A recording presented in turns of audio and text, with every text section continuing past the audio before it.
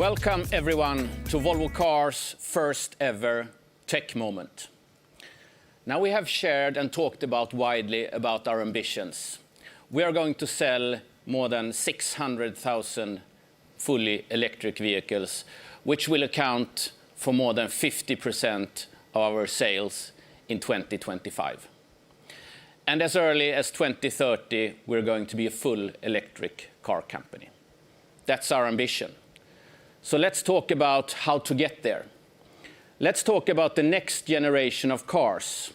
Cars that will, needless to say, be only fully electric. They will go a long distance on one single charge, and when you need to charge it, it will charge really quick. They will always be equipped with a centralized computer with our own in-house made software running all the features and functions for the user. They will also, in certain conditions and in certain locations, actually drive themselves. They will be always connected with the amazing Android infotainment system, and they will be the safest Volvos ever made. So, today we will deep dive into how we will actually achieve this. Through technology, not for the sake of technology itself, but for the sake of our purpose and our customers. Through in-house development and through our strategic partnerships with world leaders around the globe, such as Google, Luminar, NVIDIA, Sensact, and Northvolt, which all of you will be here with us today. So looking forward to that, but first I will hand over for some opening words to our Chief Executive, Håkan Samuelsson. Thank you, Henrik, and welcome all of you here and watching online. 10 years ago, Henrik, do you remember we had a similar event? I was not there, but I heard about it. I was in the board, still not joining, but you were there in Varberg, I think it was. Then we laid out the course for the next 10 years, and then it was very bold targets. We need to really be a true global premium car company. We need to grow. We need to reach a size of 800,000, and last but not the most simple thing, we need a profitability in par with mainly German premium competitors. And right now, you could summarize a bit. We have been a bit delayed because of the pandemic, but right now we are selling, in the last 12 months, we are selling around 770,000 cars, so pretty close to what was said then 10 years ago. And we are global, of course, in a totally different way, factories in US and China, and profitability, if you look at the last 2 years, we are on the level of an average of our 3 German competitors. So I think it's very natural now to start laying out what should we do now in the next 10 years' time. And then we are really, basically, we need to transform this company from a, say, just premium conventional company. We need to transform it into a leader in the new premium electric segment, which is growing very fast. And our ambition is to transform faster, to really reach a leading position in that segment. And we need to do that exactly as you said. We need then to use the power of technology and applying it fast and applying new technology, because a lot of things is happening. And it's, of course, electrification. Our cars need to really be pure electric. 2030, as you said, all cars will be electric. And that requires also that we build up also in-house new technology. Batteries, one example we'll talk about today. We cannot just buy that and rely on a customer relationship with the supplier. We need to go deeper. We need to understand batteries in the same way as we understand the combustion engine when it regards, you have been in that area as well, injection pressures and turbocharging pressures. Now we need to understand charging and chemistry, anodes and cathodes and so on. So, and that's really, we need then to team up deeper. We will talk about our Northvolt cooperation, which is really how we can advance in this area. Then we have, of course, software. In the future, the days when we just made a hardware car and sold it are gone. Now a lot of functionality comes from software, and then it's too slow and inefficient to just specify what we want and get it in a black box from a supplier. That is not giving us really the functionality we need to be different and be a Volvo, and we need to do it faster. And we need also be able to fix some bugs that might occur in software, as we know, faster. So we will need to rely on a central computing platform and in-house developed software. Really important. It's almost as big difference for the industry as going electric. And the third really area where Volvo can also, of course, be different and can be leading is safety. We have always, I think everybody expects us to be, of course, the safest car on the market. And we will really strengthen that position by applying the absolute best technology. We will talk about LiDARs today. So we can have longer vision, and then we need computer vision technology, of course, using our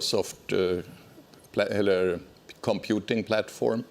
And then we can really reach for our cars a totally new level of safety.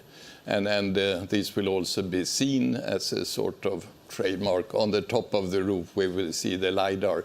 Then everybody knows here comes a very strange or very safe car. So electrification, software, central computing, and safety, next level of safety. That's really what we are going to talk about today. And I think our ambition is to give you all listening here a bit insight into how will we do that. And with that, leave it back to you, Henrik, to guide us through the different areas. Thank you, Håkan. And yes, indeed, I remember the day it was Varberg, I believe, 10 years ago. And so let's see if we can set the next 10 years here today. That's the ambition. And that's the ambition, definitely, and a really exciting future. But before we get into the first keynote, let's try to sort out some simple practicalities so that all of you can enjoy this moment as practical and as you wish. So each keynote will be around 15 minutes, after which the speakers will come and join me, Håkan, and actually welcome Nikki here in the sofa, and have a few questions and a discussion together also with our partners that will join us on link. After that brief session of Q&A, you will have a choice. Either you can follow that same group on live stream number 2 and continue to ask questions, and they will of course do their best to answer, and there will also be further expert joining that live stream too. Or you stay with us here on live stream 1, and we will then jump into the next keynote. If you do miss any of the keynotes staying on the live stream 2, you can of course also always catch up on demand later. And please, this will also be available on the navigation landing page for the live streams. So with that, Nikki, anything more we should add before we kick it off? Yeah, just to clarify for people watching, if you'd like to ask a question, please type it online. Please include your name and the company you represent or the publication you're from. Those questions will come through to me. I'll put them through to Håkan, Henrik, and our experts on your behalf. Good to see we've already got some questions coming in, so keep them coming and we'll get through as many of them as we can. Yeah, that's good. You can send your questions in already now, so please start sending them. And then it's time for the first keynote. Let's get going. Okay, so let's welcome Mats Moberg, Head of R&D here at Volvo Cars, longtime friend and colleague. Let's also welcome Ödjer Andersson, Chief Executive of Sensact, and hear them both talk about zero collisions. Thank you, Henrik.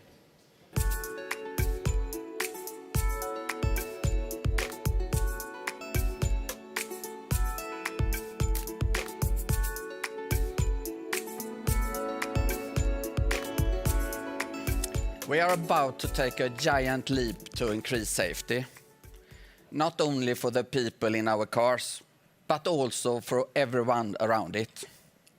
Our engineers at Volvo Cars, together with our software developers at Zenseact, our autonomous drive partner, have together developed a system that sees as well as detects objects at any early stage. The system understands what it's looking at and is confident to take the right action. Yes, we're proud to continue building on Volvo's fantastic safety heritage, and even more proud to be able to save lives. Helping prevent accidents is a really meaningful thing to do. We have taken big leaps before, like the 3-point safety belt and side impact system, to mention a few. Now we will do it again.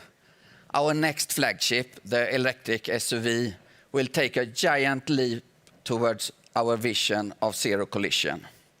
We will equip our new cars with the best eyes and brains for autonomous drive that are available on the market. Yes, I think Volvo have been really bold by standardizing the hardware required for autonomous driving into their future vehicles. This enables us to use the push from the tech we develop for autonomous driving, not only when the car is driving for you, but also when you're driving yourself. And this means we bring safety into every single mile the car drives. Our new cars will be equipped with sensor to see and computing power to understand and act. By pushing out the latest software update through the over-the-air function, we will increase the overall safety of our cars step by step. With every software release, we bring more safety to all cars on the street. Within Volvo Cars, we have built up our safety heritage from real-world data. Ödjard, how will this look in the new software world? Yeah. Sharing of data is the choice of our customer, and with the help of that real-time data, we can speed up the process and go from years to days. And it used to be we sent out an accident research team. They had to collect the data, analyze it after the accident had happened. And that could take months and sometimes years before we could actually use that data and improve the safety in the next generation of cars. Today, we finally have the power to build, deploy, measure, and learn every day. And that means we can improve the safety in the cars in days rather than months, or sometimes years. Continuous improvement based on data from our fleet with the fast loops from input to output helps us bring safety not just to the next generation of cars, but also to the cars that are out on the street faster than ever before. We in Zenseact are a software company, and we control everything from pixel to torque, and everything relies on software and machine learning. We've invested in a data factory that will contain over 200 petabytes of data within the next years, meaning we will be able to leverage AI as a new accident research team. So Mats, if software and AI is our new accident research team, how will the customers notice? Our vision to help save lives is not an option. It will be standard for all future customers. So when we launched our XC90 in 2015, we were the first to standardize ADAS with RayCam. It was the state of the art at that time. With our new upcoming vehicles, our journey continues. We will standardize the hardware needed to continue growing software for more safety. Our battery electric vehicles, starting with a large electrical SUV, include the NVIDIA RNX computing platform and the Luminar LiDAR sensor platform as standard. This, along with high-definition map and a driver monitoring system, enable development for a world-class autonomous drive technology. Here you see all our sensors. This is spearhead technology, and here on the roof you see our LiDAR. And we have also equipped with camera, vision, and radar that are better than ever before. And around the vehicle we have a ultrasonic system, so we have a vision of 360. The LiDAR with its unique detection range will give us a robust high 3D resolution to complement the vision and radar, so we can react correctly in time, even in high speed. Software and AI is our new DNA. Ödjard, what makes the technology safe? Yeah, but let's dig into the technology a bit. As you can see now, we're actually live on the LiDAR, so you can see our movements here. The technology coming from the Luminar LiDAR, which will go into all the future electric vehicles, has the potential to change the safety landscape. And we estimate it will improve our performance by roughly 15 to 20%. And when we move towards driving autonomously at highway speeds, we need to be able to see far out and actually better than a human. And the detection range of the LiDAR, which depends on reflectivity, can typically be around 230 meters and go up to 300 meters to detect a normal car. The LiDAR also helps to detect things correctly in space. It has an angular resolution, both horizontally and vertically, of just above 0.1 degrees.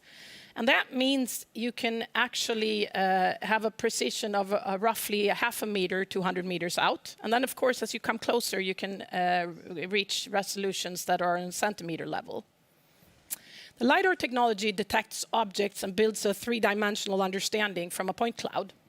And this helps us to understand the drivable surface and where there are no objects.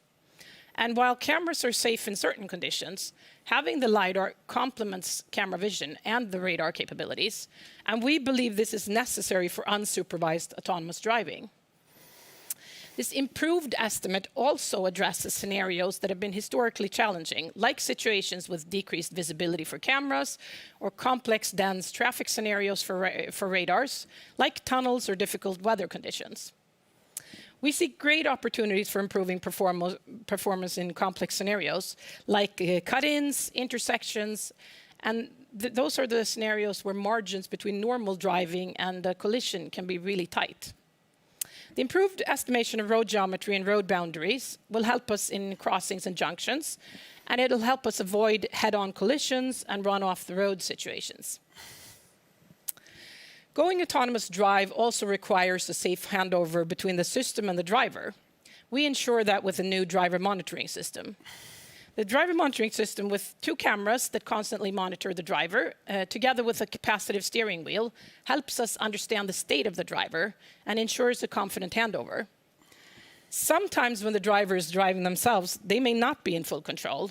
This can be due to inattention, distraction, drowsiness, intoxication, or even illness. That means they can be dangerous to themselves as well as people around them. Knowing the state of the driver can also ensure we can tailor the driver support systems to provide safety and comfort and ensure that the driver is really in control. So, Mats, how does this technology bring flexibility to the drivers? Yeah, a combination of these technologies makes the car very confident enough to act on its own. Previous generation of technology have largely relied on warning the driver for potential threats. This new safety technology will increasingly intervene over time and prevent collisions. We will launch our first unsupervised functionality with the launch of our next car generation. We call it RIDE, meaning the car is in control and the driver can relax. Our focus is to give drivers more control and flexibility over their time. We want to take away the pain points of driving by offering quality time for creativity, socializing, and distressing during traffic jams on highways. This ensures safety as well as convenience. Ödjard, how do we make this?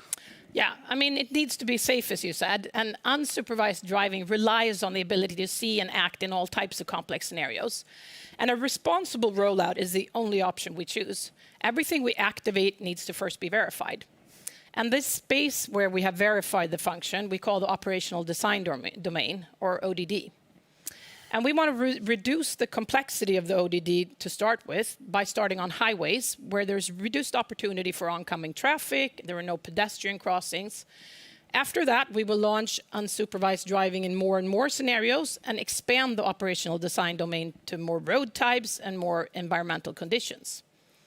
We will have one system doing everything, solving everything from the complex safety scenarios for autonomous driving, ensuring the optimal driver state, acting as the co-pilot while the pilot assist function is working, and helping in low-speed maneuvering.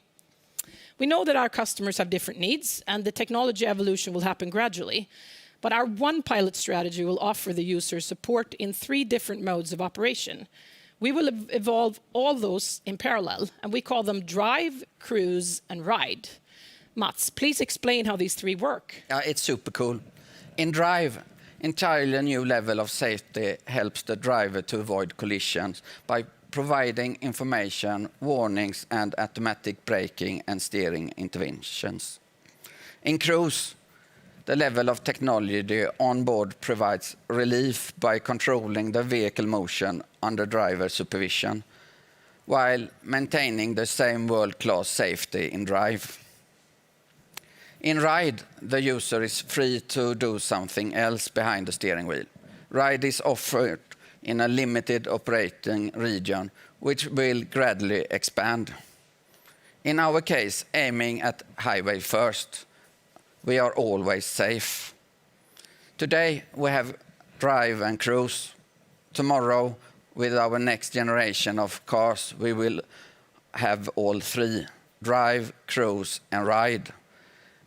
And we are heading towards a future with more autonomous driving. So let's conclude. The next generation of safety leadership is about having 0 collisions. This is our North Star as we develop autonomous driving technologies. Over the years, we have delivered numerous groundbreaking safety technologies. Now we are taking that safety vision to the next level and aiming for a future where collision no longer happen. And the technologies for full autonomy can radically reduce accidents in all driving scenarios. And this is why hardware is standard, continuously improving software through over-the-air updates, and real-time data collection and machine learning pave the way to 0 collisions. 0 collision is the right way to go. The prerequisites for developing the ultimate safe car have never been better. Thank you.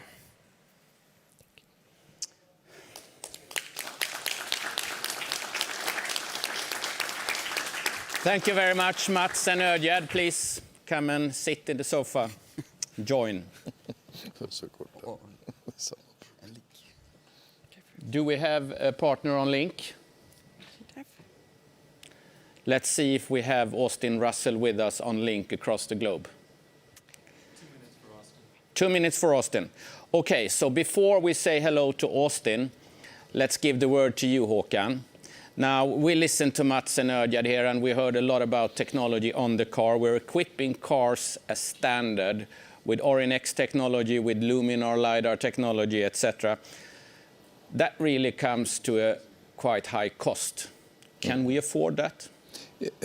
Absolutely. I mean, you have to see it together with the value, of course.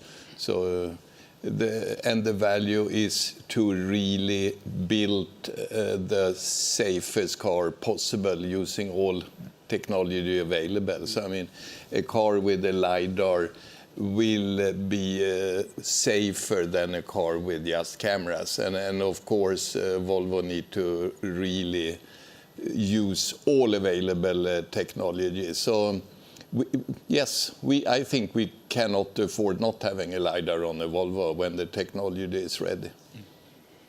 And as you said, Mats, we have proven before that it turns out that that was quite a clever choice. Yes. Moving over to you, Ödjad, a colleague of yours, Mohammed, showed a very interesting video the other day of a prototype that you're running, driving on Road 180 from Borås to Gothenburg. Can you tell us a bit about that? It's a quite cool film, right?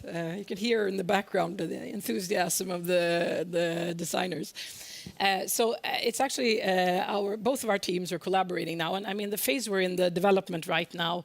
It's still a little bit rough. We haven't fully optimized the system, but we see some really promising performance, and that's what you could see. And those difficult roads we were driving on. Yeah, that's really cool. And the algorithm is super cool. Yeah. And now I can see we have Austin here as well. Do we have audio with you? Welcome, Austin. We do. Great. Thanks so much. You guys are ahead of schedule already. That's great. I'm excited to join all you. You know, we can't wait to transform. Yeah, exactly. You guys are moving quick, but excited to be a part of all of this too. And congrats on the awesome launch and news just a handful of days ago here, and kicking off this great event too, and kind of showing the whole tech forward nature. So happy to help answer any questions as well. Yeah, so let's give you the proper introduction then. Welcome, Austin Russell, the CEO and founder of Luminar, and also the inventor, I believe, of the famous LiDAR we just talked about that we will standardize on our next generation of cars. Welcome. Thank you. Appreciate you having me. Great. So, I mean, as we said now a number of times, we're the first company to introduce your LiDAR in production as standard. So I know that you have a view that really all car makers should go this way. Can you elaborate on that, please? Yeah, absolutely. I mean, I think when it comes down to this, a lot of the focus has been around these kinds of forward-looking LiDAR technologies, around the autonomous aspects and the potential here. And that's where, of course, about a year or so ago, we announced together with Volvo that they were really going to be taking a lead position to focus in on the highway-specific autonomy problem and solve something that's in a much more constrained environment that could be realized in the near future. And that was something that was really caused a lot of stir and shakeup that caused a lot of people to follow. But when it comes down to it, I think for the next generation systems and technologies, this is the first time this kind of highly sophisticated LiDAR system is being implemented, not just for the autonomy use case, but for the basic safety aspects of a vehicle. Like, and what does that mean?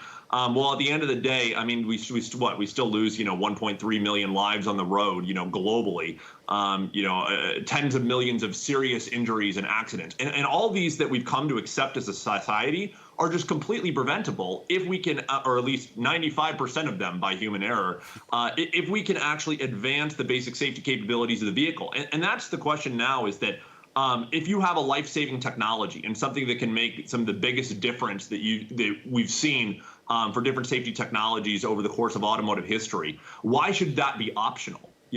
There's no airbag or seatbelt upgrade package on a vehicle, and this should be no different in many ways. And awesome to see you guys leading the charge and then some. Yeah, thank you. For me, this journey started really back in 2017, I believe, when I met you the first time and you showed your LiDAR system back in the day, so to say. When did this journey start for you?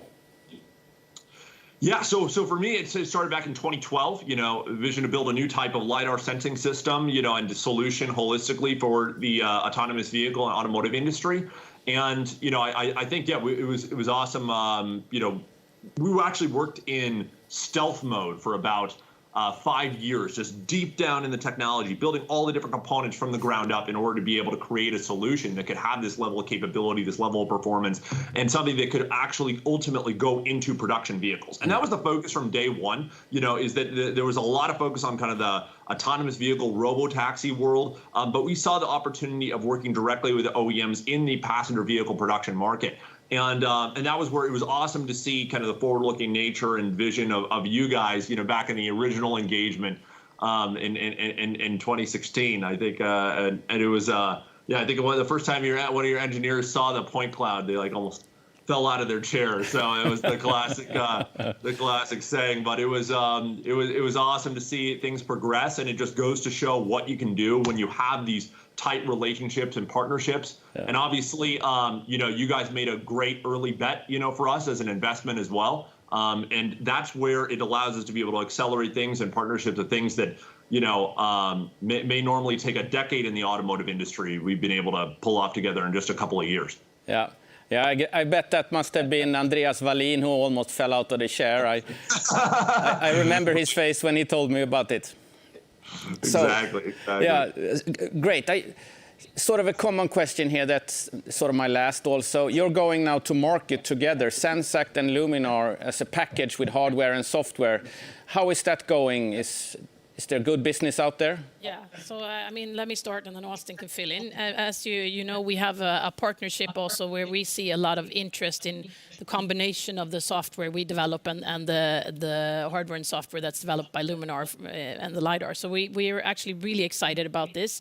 And there's, of course, we can't mention names, but there's a lot of interest now from multiple regions to also a little bit later than you are, but picking up. You want to add to that, Austin? Yeah, absolutely. I mean, you guys are leading the charge, right? You know, and that's where it's awesome to see you forming this, this kind of software subsidiary, Zensact. It just makes a lot of sense there too in terms of what you have going on. But when it comes to the broader OEM landscape, I think what people are seeing, and I've even gotten notes from a lot of other auto OEM CEOs following the announcement that we had just last week, and I think that the broader notion has been like, wait, what just happened?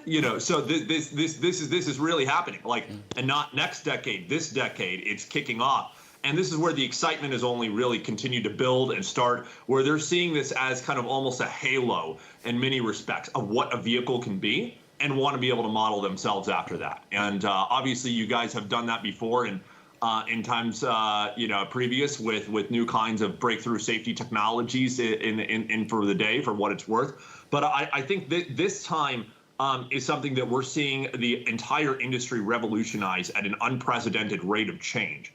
But with that, I think sometimes there's a lot of talk, but with you guys taking it seriously and really actually making this happen, and putting your money where your mouth is, so to say, it's what makes all the difference for the industry, and a lot of people are looking up to you. Thanks for that, Austin.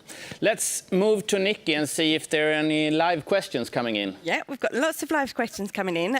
Just before I jump into them, just to say to people where we're getting questions on future sessions, we will come back to them a little bit later. But getting straight into them, we have a question here from Nicholas Rolanda at Bloomberg, which is, would you define cruise to be the equivalent to level 2 or level 3 autonomous drive? So let's hear what Mats wants to share about that. I mean, normally we are not talking about levels. It's so difficult to put a definition on it.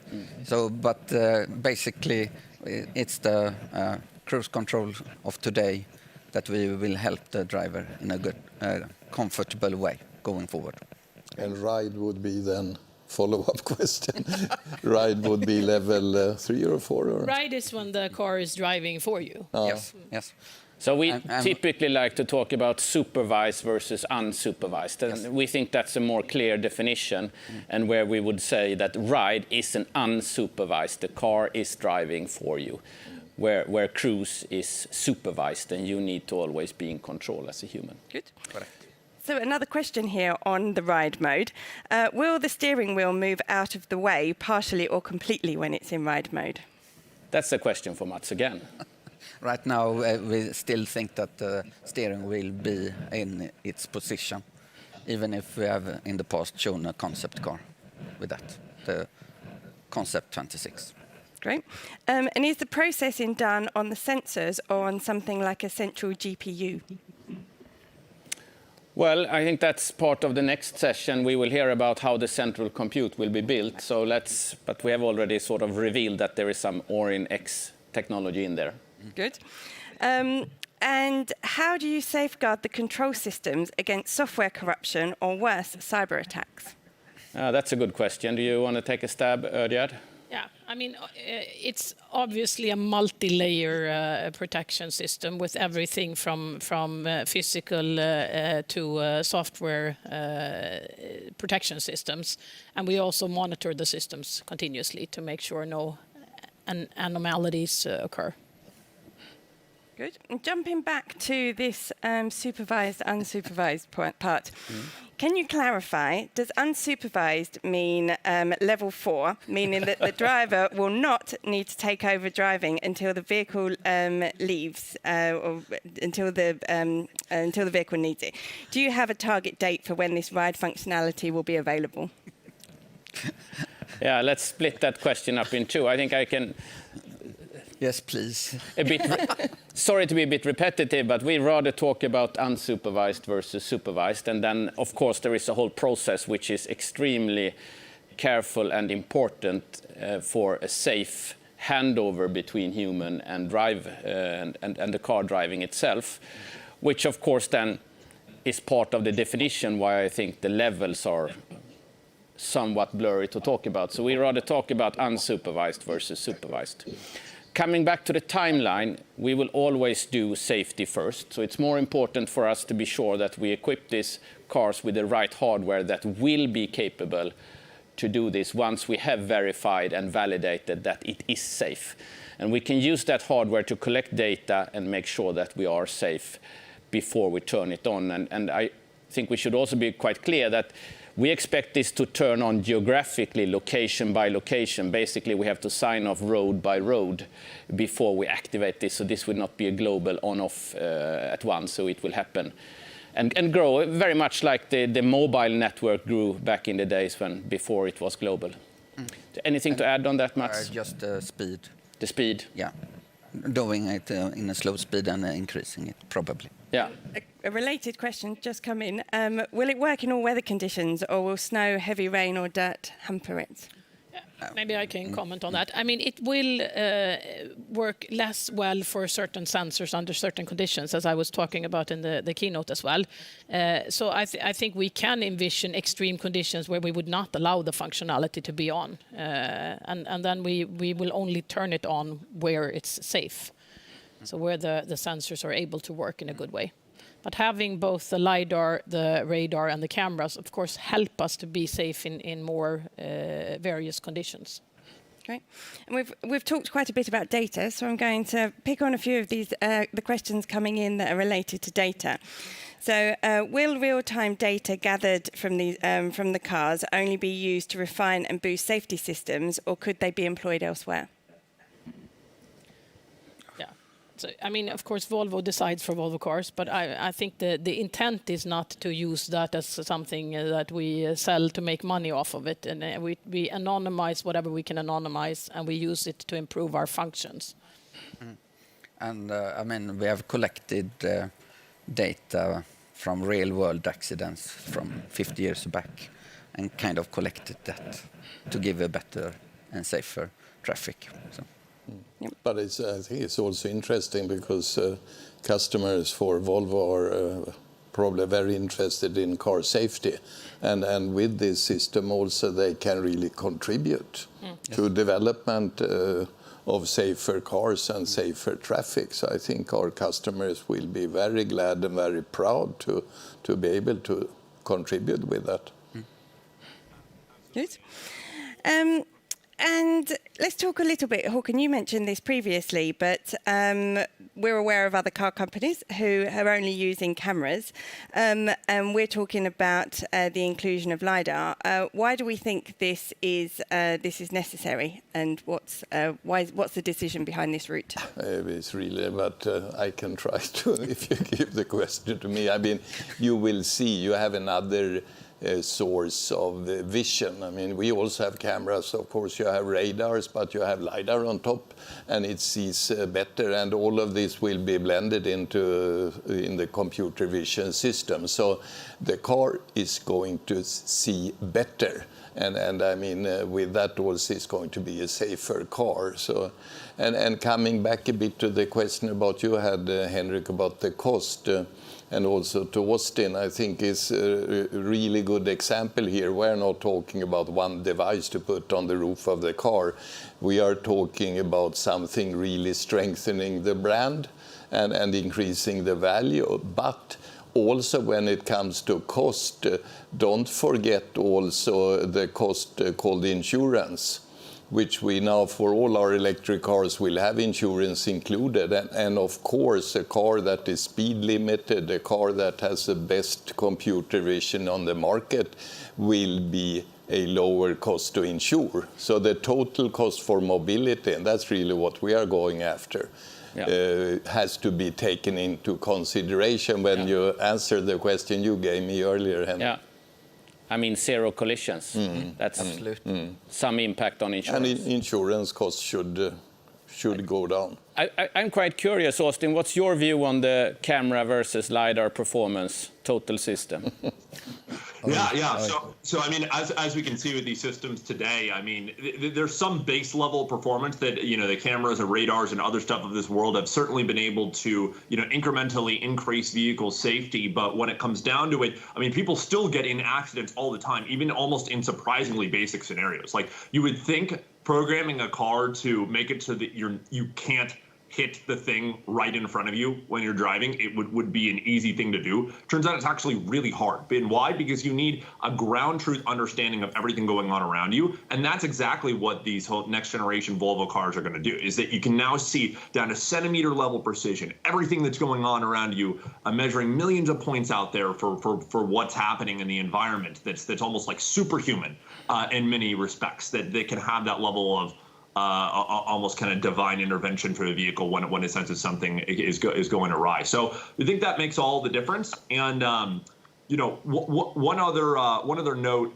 as well, you know, beyond just the increasing the vehicle safety and the autonomy stuff that LiDAR can enable, and then the Zentract, you know, software along with some of the stuff we're doing, is you know, you're talking about, like, you know, data vehicle. The thing is that to improve these vehicle features and to make it of significance and to expand that network, you just need vehicles on road. And one thing that I think is could be overlooked is, you know, with the Volvo guys here, but an important aspect of all of this is that, I mean, you're about to have, you know, more vehicles on road than probably everyone else combined when you kick off in terms of the broader autonomous vehicle landscape, because you're really getting out there in these series production cars and deploying it on a global basis. When you're talking tens of thousands, hundreds of thousands of cars out there, I mean, that makes a huge difference globally for everyone, and it's the network effects of improving the safety. So that safety lead ends up actually manifesting into something even much broader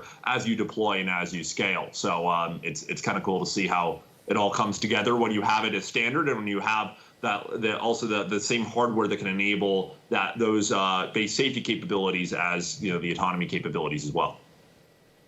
Great. Good. And Austin's just touched on it, but just to be very clear, will it just be the new flagship SUV that has the LiDAR as standard, or will it be other Volvos as well?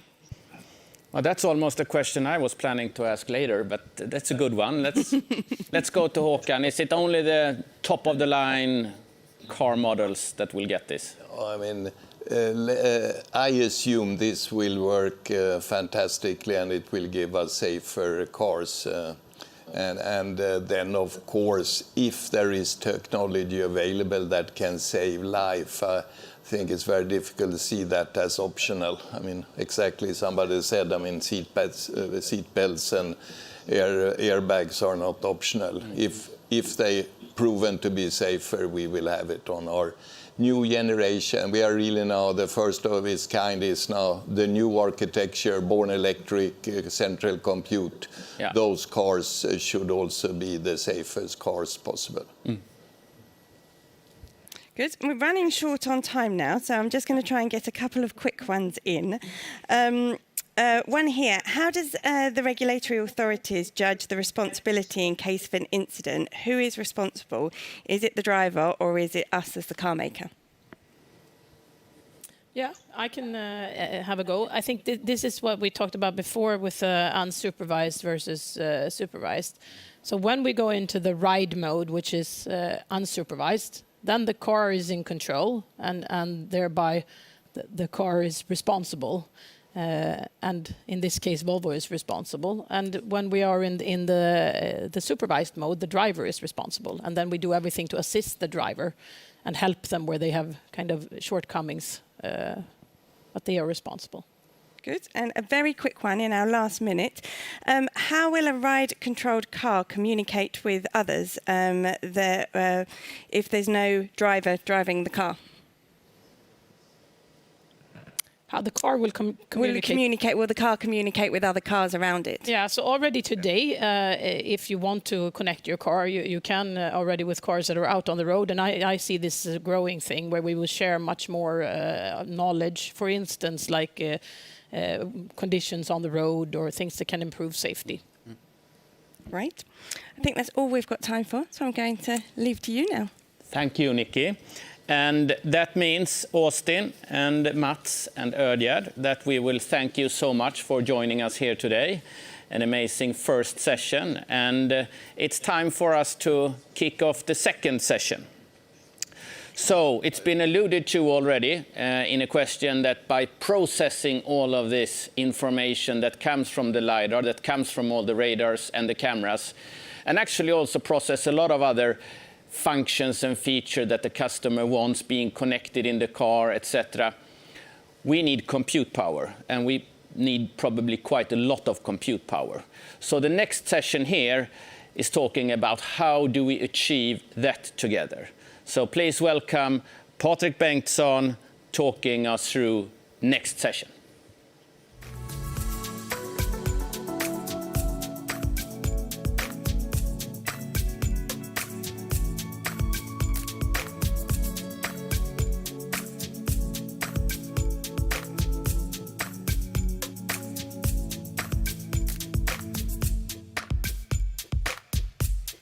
Thank you, Henrik.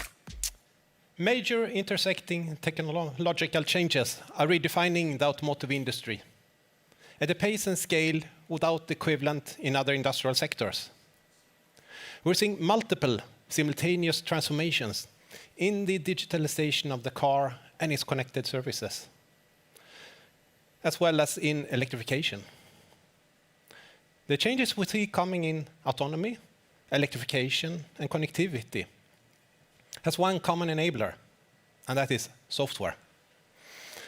Software is continuously increasing in volume, complexity, and value. Eventually, it will impact, transform, or even disrupt every part of the automotive industry. To be successful, we need to embrace this change and leverage from it, utilizing all the advantages the software can provide. We believe in the software-defined car, where the majority of features are moving to become software-based. And instead of being recognized for what suspension or engine type it has, a car will be defined by its software-driven functions and features. It will also be defined by the ability to flexibly add software-based content during its life cycle, making it better and more customizable according to what customers want. With this reality in mind, we are optimizing our customer experience. And one key ability would be the frequent and continuous over-the-air software deployment to our customer cars throughout their life cycle. Car will no longer be at the best when they leave the factory, but rather constantly improved through new software and feature updates. We have already started this journey in today's cars, providing full software updates. And this is something we will expand even further going forward. The continuous over-the-air update stream will provide our customers with unprecedented value add, and we'll also see the opportunity to move towards subscription-based services, which will provide us ability to, over time, monetize on this value stream. And as we're moving towards a car where software is the important asset, we're expanding our in-house development of software. By taking charge of our own software development, we can boost development speeds and improve your Volvo faster. Our next generation of pure electric models will run our own operating system, called Volvo Cars OS. This incorporates our various operating systems across the car, cloud, and creating one coherent software OS environment. But more on that later. Currently, our electrical architecture consists of a distributed compute system with more than 100 electrical control units, or ECUs. These are sourced as combined packages of hardware and software. Basically, they're electrical boxes with compiled code from different suppliers that we integrate into our car architecture.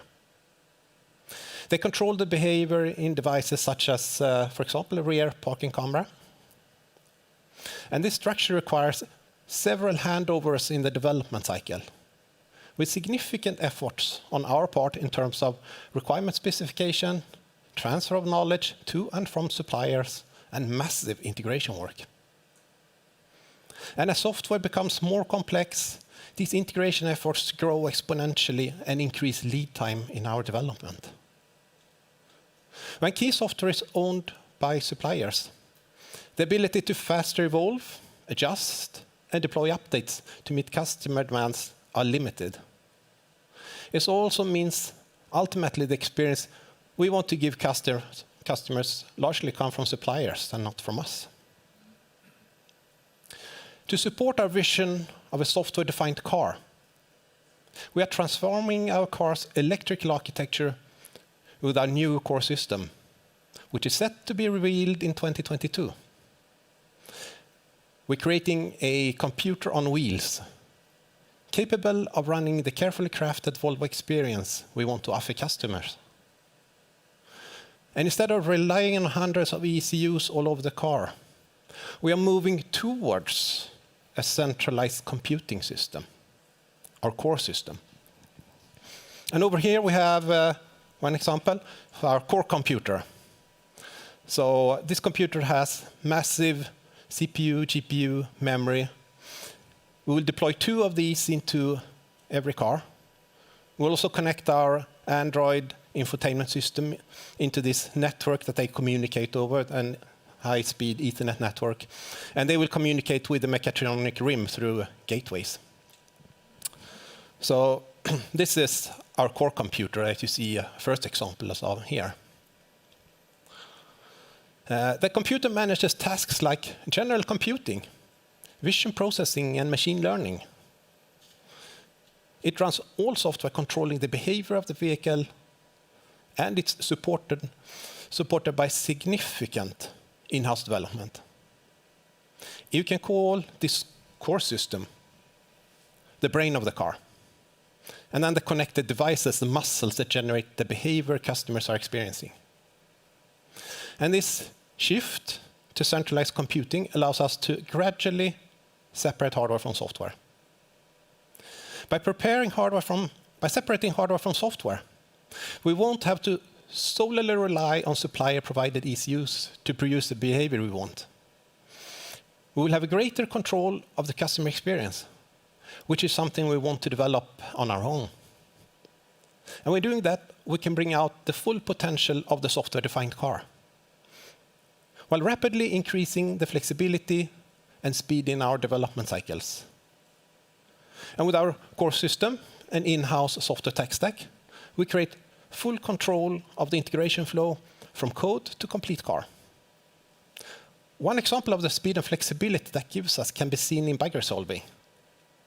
With supplier code, it can take us 1, but often several weeks from discovering bug to resolving it. With our in-house team, that process takes a workday. For function development, we can see similar significant speed improvements when we move from supplier code to in-house developed. We have examples of moving from 2 years to 3 months for similar work packages. That is an 8 times speed improvement. Our software stack is derived by principles of continuous development and continuous release. It's built for growth, and it enables our features to keep expanding. One example is our pilot assist function, which allows for driver support from standstill up to highway speeds. When running on this core system, we can start to evolve it into autonomous capabilities.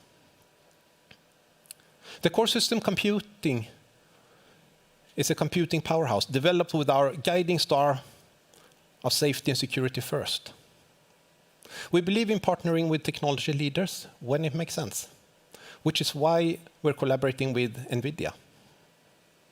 Our partnership gives us access to the fastest and best computing currently available. We will use the NVIDIA Drive Orin system on a chip. I will be the first to market with this technology. In our first generation of the system, we will use 2 compute boxes where both have the capability to execute low and high ASIL code. We'll distribute the workload between the boxes through our distributed service framework. We're centralizing compute-heavy functions like pilot assist, autonomous drive, motion control, and we're moving logic from around 10 larger ECUs into the core system, including logic from such as cameras and LiDARs. This will enable us to continuously collect data, train algorithms, improve and add new functions. This is something we'll do for new as well as for customer cars. In our second iteration of the core system, we continue to evolve our in-house software stack. We increase centralization and optimize the mechanical integration. The two core compute boxes will be merged into one, still using NVIDIA SoCs. We will introduce some controllers, will allow us to centralize more ECUs, reducing the number of ECUs by around 50. With fewer ECUs, we also reduce weight and improve the car energy efficiency, and in turn reducing the running costs for our customers.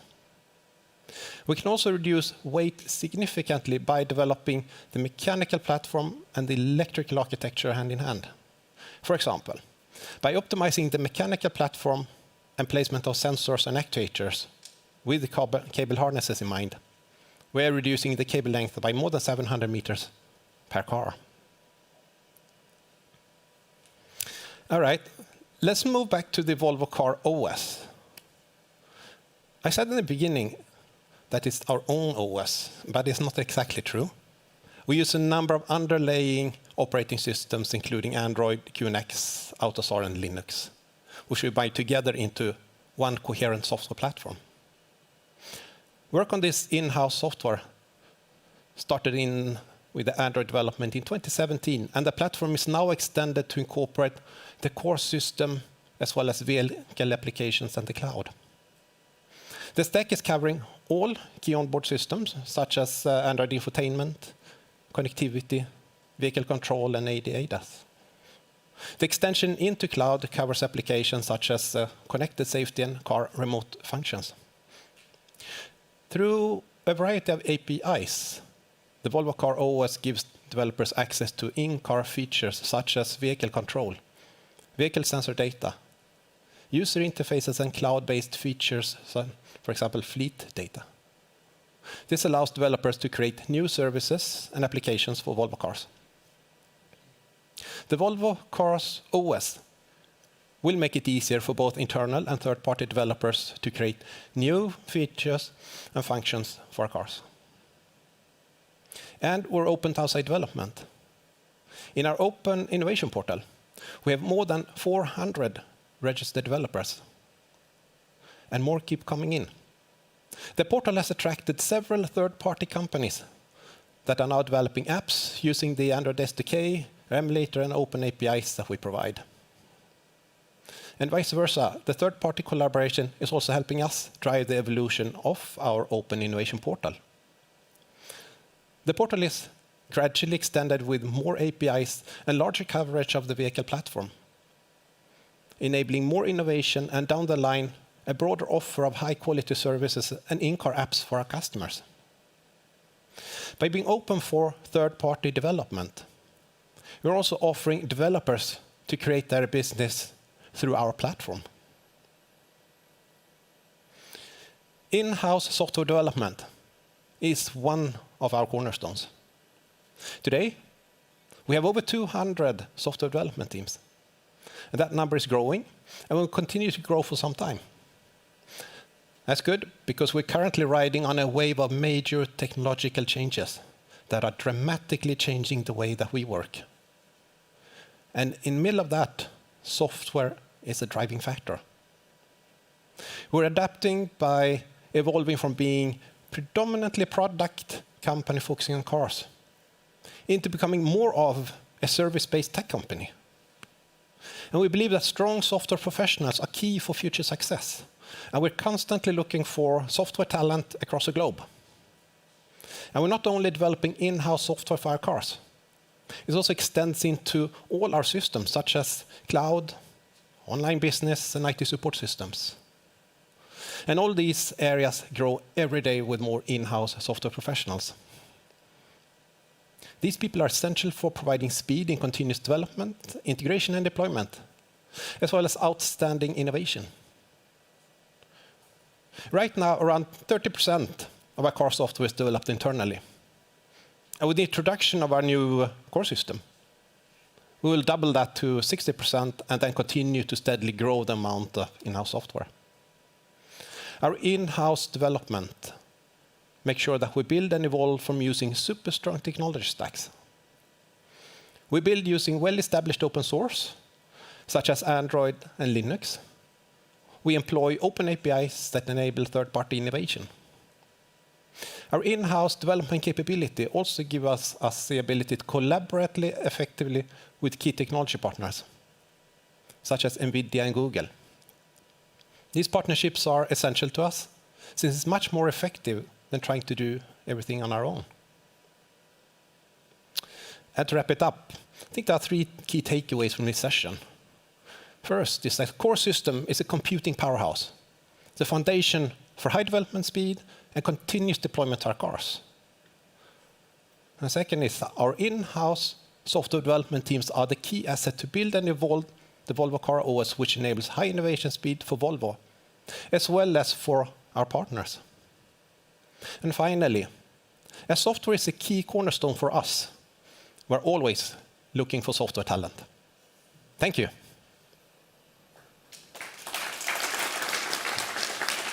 Thank you very much, Patrick. Please come and join us here in the sofa. And from NVIDIA, that brings the amazing Xavier and OrionX technology to the table that we build the core computer on. Please also welcome very much Ali Khani, the NVIDIA VP of Automotive, to join us here on Link. Welcome. Hi, nice to see you guys. Great to be here. Hi, good to have you here. So let's start, Ali, with you. I mean, the obvious first question here is, how did NVIDIA, mostly known for gaming graphic cards, become such a leader in technology in automotive in such a short time frame? So, we started in automotive 20 years ago, and, we started to see an opportunity where the industry was transforming and started to value becoming a software-defined computer. These vehicles wanting to be computers started off for us as, an opportunity to use our graphics in cars and, let's say, the infotainment market. But over time, we saw advancements in robotics technology, deep learning, really start to kick off areas where we can add value to our customers. So that was about 10 years ago with, the rise of AV in automotive. And once all of those sort of forces came together, it just became a great opportunity for NVIDIA to come in, build disruptive high-performance computers that are designed to support, high-performance computing, deep learning, safety, security, put all of those things together in a single computer. And so, it really kicked off our opportunity to be successful in this market. So, a curious question here again. I mean, now, obviously, we can see 2 industries coming together here, the traditional tech industry with the traditional automotive industry. So would you dare share with us a bit frankly, how has it been working together with Volvo Cars over the last few years? So, I have to say that, Volvo has been a leader in thinking about the vehicle as being software defined. We talk about, everyone in the industry says our car is going to be software defined. We want to build it a certain way.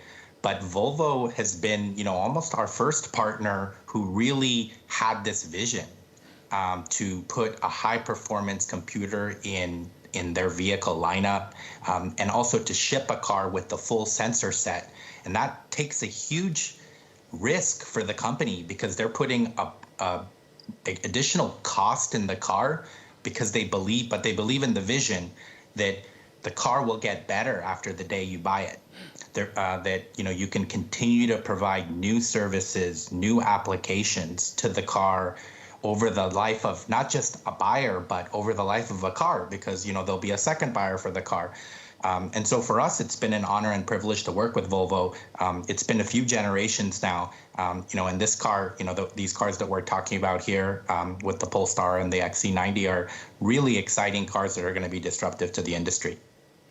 Thank you, and absolutely likewise. So, and speaking of that vision, which has been key to us, I can talk for myself, but also let's hear, Håkan, you really singled out the core computing in your opening speech as part of the strategic pillars here and what we will talk about today. When you listen to Patrick and Ali Kani here from NVIDIA, do you want to reflect further on how important that is for us? Yes, one already in the previous session was clear. To really have a really good computer vision system, you need more computing power, you need to blend the different signals and so on. But when it comes to basically the whole experience in the car, which we really want to deliver and differentiate, of course, from others, we want to have a Volvo experience, then you can develop that much more flexible and faster compared to just specifying functionality and getting it in black boxes. So it will be faster in development, and if you add up all the costs for all boxes compared with central one, I believe at the end we will also have cost advantages. Absolutely. So, here in the note actually comes my question now, which we already got from the audience in the previous session. So you already answered that. Yes, we will have the compute power and the LiDAR standard also in smaller and more affordable cars. Yeah. So let's take just another question on top of my mind to you, Patrick. How can the customer really see the difference here? We're talking about the core computer in the middle of the floor. What's in it for the end user? I think what's in it for the end user is really the speed that we can deploy new content with. So we can be innovative and we can deploy continuously new content over a longer life period for the customer when they own the car. So I think that would be a great benefit. And it's always difficult to say what has not been invented yet, and that's the whole point here. We open up for innovation. Yeah. Ali, back to you. What types of new applications and use cases will your next generation of automotive processors enable? Yeah, I think with self-driving cars, we feel like the needs for computing are going to continue to grow. We're talking about centralization today, and Volvo is doing some really exciting things, integrating multiple functions that used to be on multiple computers on a single car, but there's still more computers to integrate into the car. And so, we're really trying to invest in the ability to support all of these disparate applications at the same time on a single computer while maintaining quality of service, and being able to make sure that safe applications run, seamlessly and without risk of other applications that are running in the car. The other thing is as a vehicle becomes a software-defined computer that you update, you need security. The requirements of security in a vehicle will continue to grow. We have to make sure that nobody can hack an autonomous vehicle. It's so scary to think about autonomous vehicle driving and someone's trying to hack it. And so some of the things that we're doing within our Mellanox business for data center level security and reliability and networking, all of that technology needs to go into an automobile. An automobile essentially is going to be a data center on wheels. And so we're really investing to improve the networking performance and security within, our upcoming products, such that, as Volvo continues to update and provide new services and functions over the life of the car, they can do that safely and securely. Yeah. You talk now about how more and more historically distributed computer system in single ECUs are merging into a centralized core computer. You also showed that, Patrick, in your keynote. What is the end game here, and when will all of that compute move up in the cloud? You also showed that the cloud is part of the Volvo Cars.os. Do you see the whole stack move up to the cloud one day, Patrick? I think I have a hard time seeing the whole stack moving up. I think we need to move it gradually, function by function. And today we're very and will also be very dependent on the connectivity. So if we have great connectivity and 5G with low latency, I mean, we could possibly move quite a lot of functionality up. But once you drop out to 3G or 4G, or maybe even drop connectivity completely, I mean, what kind of experience do we want to offer the customer? The car should continue to move. We can drop a bit of the experience, but we cannot drop a whole lot, because that will not be felt really, really well. So I think that gradually we have moved a bit, and gradually we will move more. But to see the whole stack going out, I think that's quite far-fetched right now, at least. Another top-of-mind question here: will we go open source? We are using open source today in a number of places, and we are also open sourcing parts of what we're doing.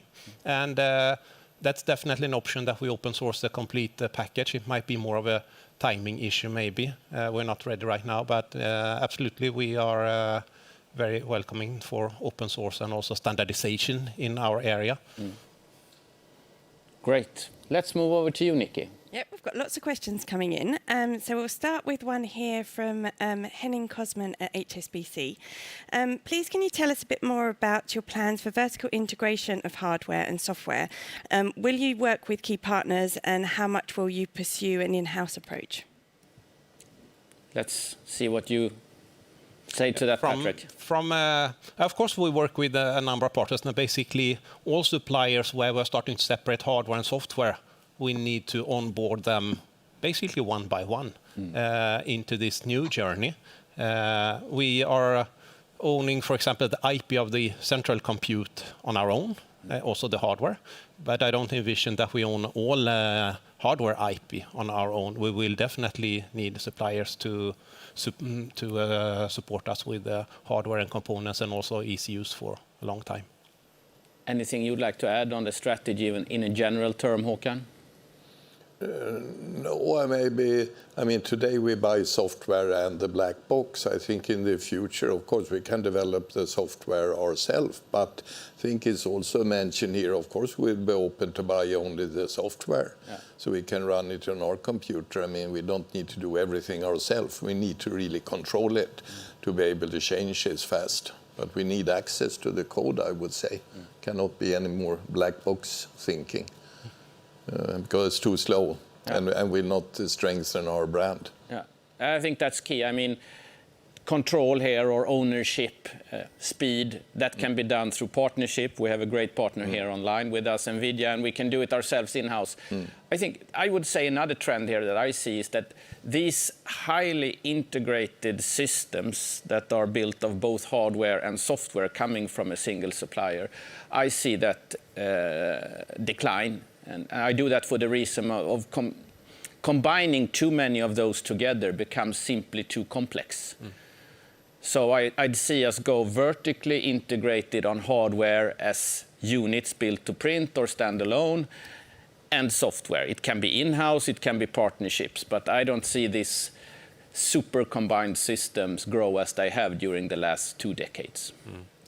It's too much limiting us in our innovation and ability to do new things. As things are moving so fast in the software business, it's hard to 3 years in advance, 4 years in advance, really realize what will be needed. So we need that opportunity to change along the route, so to say. And then this gives us a freedom to make this separation and centralizing. Exactly. Okay. And why 2 core computers? What are the different functions for each, and how long will it take until you have one? To have 1 or 2 is a little bit of a packaging issue in the car. We are using them a little bit differently today. One is running more of vehicle control and some more basic stuff that we need for the vehicle, and the other one is using a little bit more of autonomous capabilities and pilot assist capabilities. So we use them a little bit differently. But in the second generation, we will repackage them into one box, and that will make like a cooling and powering and so on more effective. So we're on that journey. It's basically a journey. Good. And we have a question from Evo Malaysia. Would it be true to say that without a combustion engine to manage, the software control development of an electric car is a substantially simpler process? Well, might be the one to answer that. I mean, Håkan revealed here, I used to work in the area. I think it is, from some sense, you lose a lot of super complex and advanced mechatronics where you have a real-time system that needs to deal with the physics of an internal combustion engine and the emissions, etc., which is really at the front and has been for the last 20 years, I believe, in the front of a mechatronic system combined with software.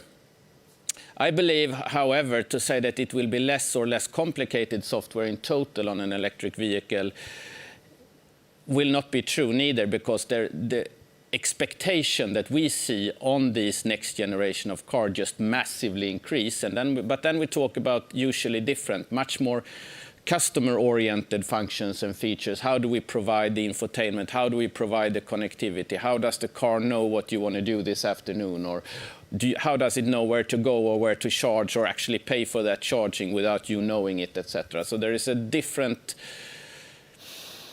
kind of software, but I see more and more software going in, even in the electric vehicles. Great. We're out of time for this session, so I'm just going to take this opportunity to remind people that we've got lots of questions that have come in that we haven't answered yet. So if you'd like to get answers for those questions, or if you've got more questions to ask, please switch to the extended Q&A session on live stream 2, and Patrick will go and continue taking your questions there. But in the meantime, let's carry on. Perfect. Thank you for that, Nikki, and thank you so much, Ali, for joining us, and thank you, Patrick, for joining us. And let's move over now. Thank you. So let's move over now to a topic which is, I believe, of most important to most of, if not all, new car buyers of an electric vehicle. How far can I drive on one charge, and how fast can I charge it back up? So let's talk about electrification in the sense of batteries and e-propulsion. And welcome Lutz Stiegler and Erik Severinsson to the stage. Welcome.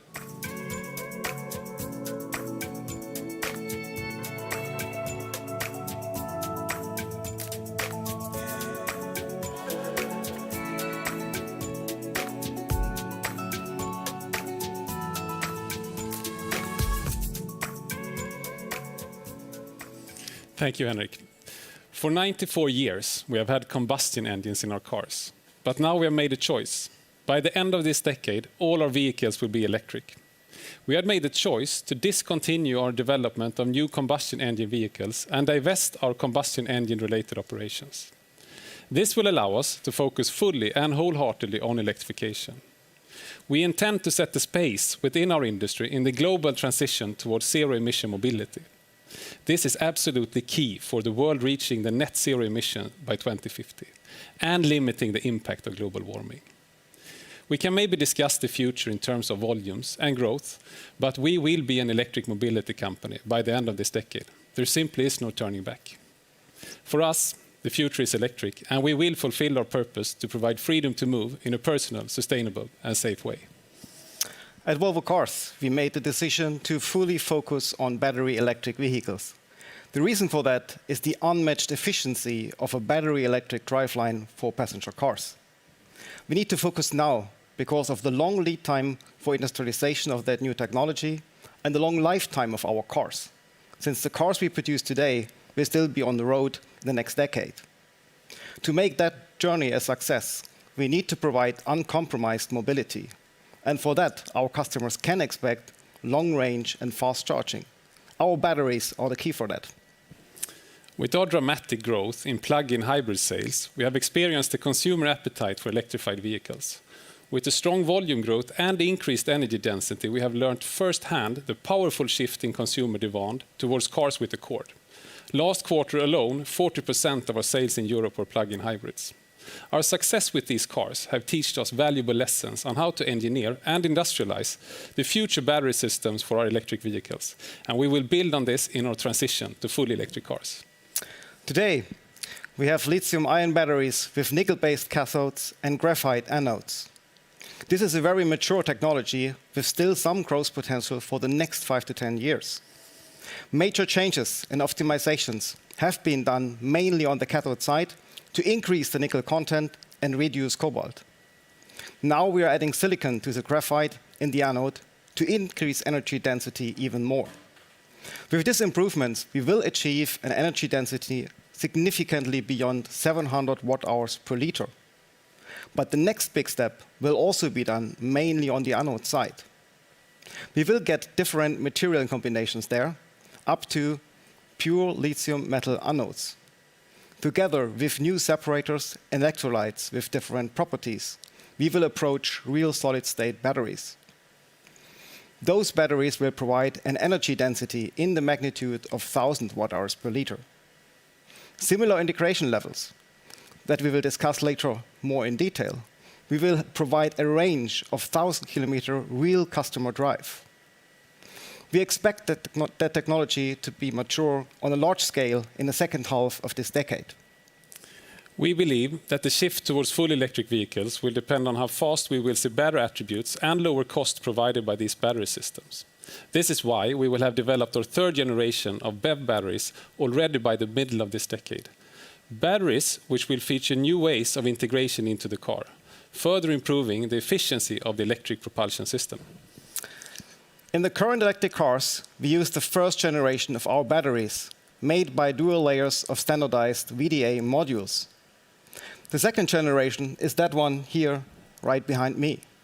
That one enables a completely flat floor in the car with 40% more energy due to tailor-made modules and the increased energy density. Based on our experience with the cells, we developed together with our suppliers and the use in our cars since 2012. We will be able to produce batteries on a quality level that allows a completely different way of cell integration. That we will utilize in generation 3.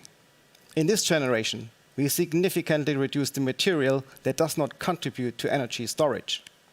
Instead, we use the aluminum cans of the prismatic cell to build a structural pack.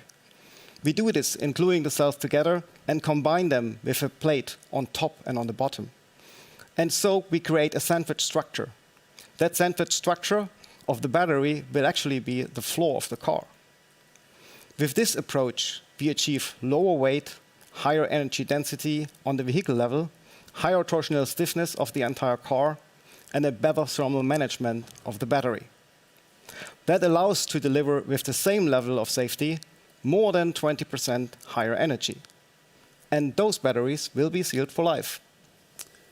We will not gradually change over to full electric vehicles. We will simply replace our present cars with fully electrified versions when we roll out our new architectures designed for full electric vehicles only. At the same time, we will continue to grow our sales at an even higher pace than we have in the past years. This will mean that we need to secure a dramatic increase in battery cell capacity, going from only 4 gigawatt hours in 2020 to over 70 gigawatt hours globally by the middle of this decade. To achieve this, we need to secure our future capacity, both through strategic partnerships and through buying cells from top industry suppliers. To use cells and Volvo-specific modules from leading suppliers was the first step. In the future, we will go more and more into vertical integration throughout the battery value chain. By a better control of the value chain, we will not only be able to make it more efficient and optimized for our needs. More importantly, this will enable us to ensure a sustainable management of batteries all the way from the mine to the end of life. This is a race, and only collaborators will win. If we would do everything ourselves, it would take too long time for us to change. And we would simply not be able to develop and produce in-house cells in time to support our expected growth. To be able to fully steer our transformation, gain speed, as well as knowledge, we will seek the strategic partnerships with the best in the industry.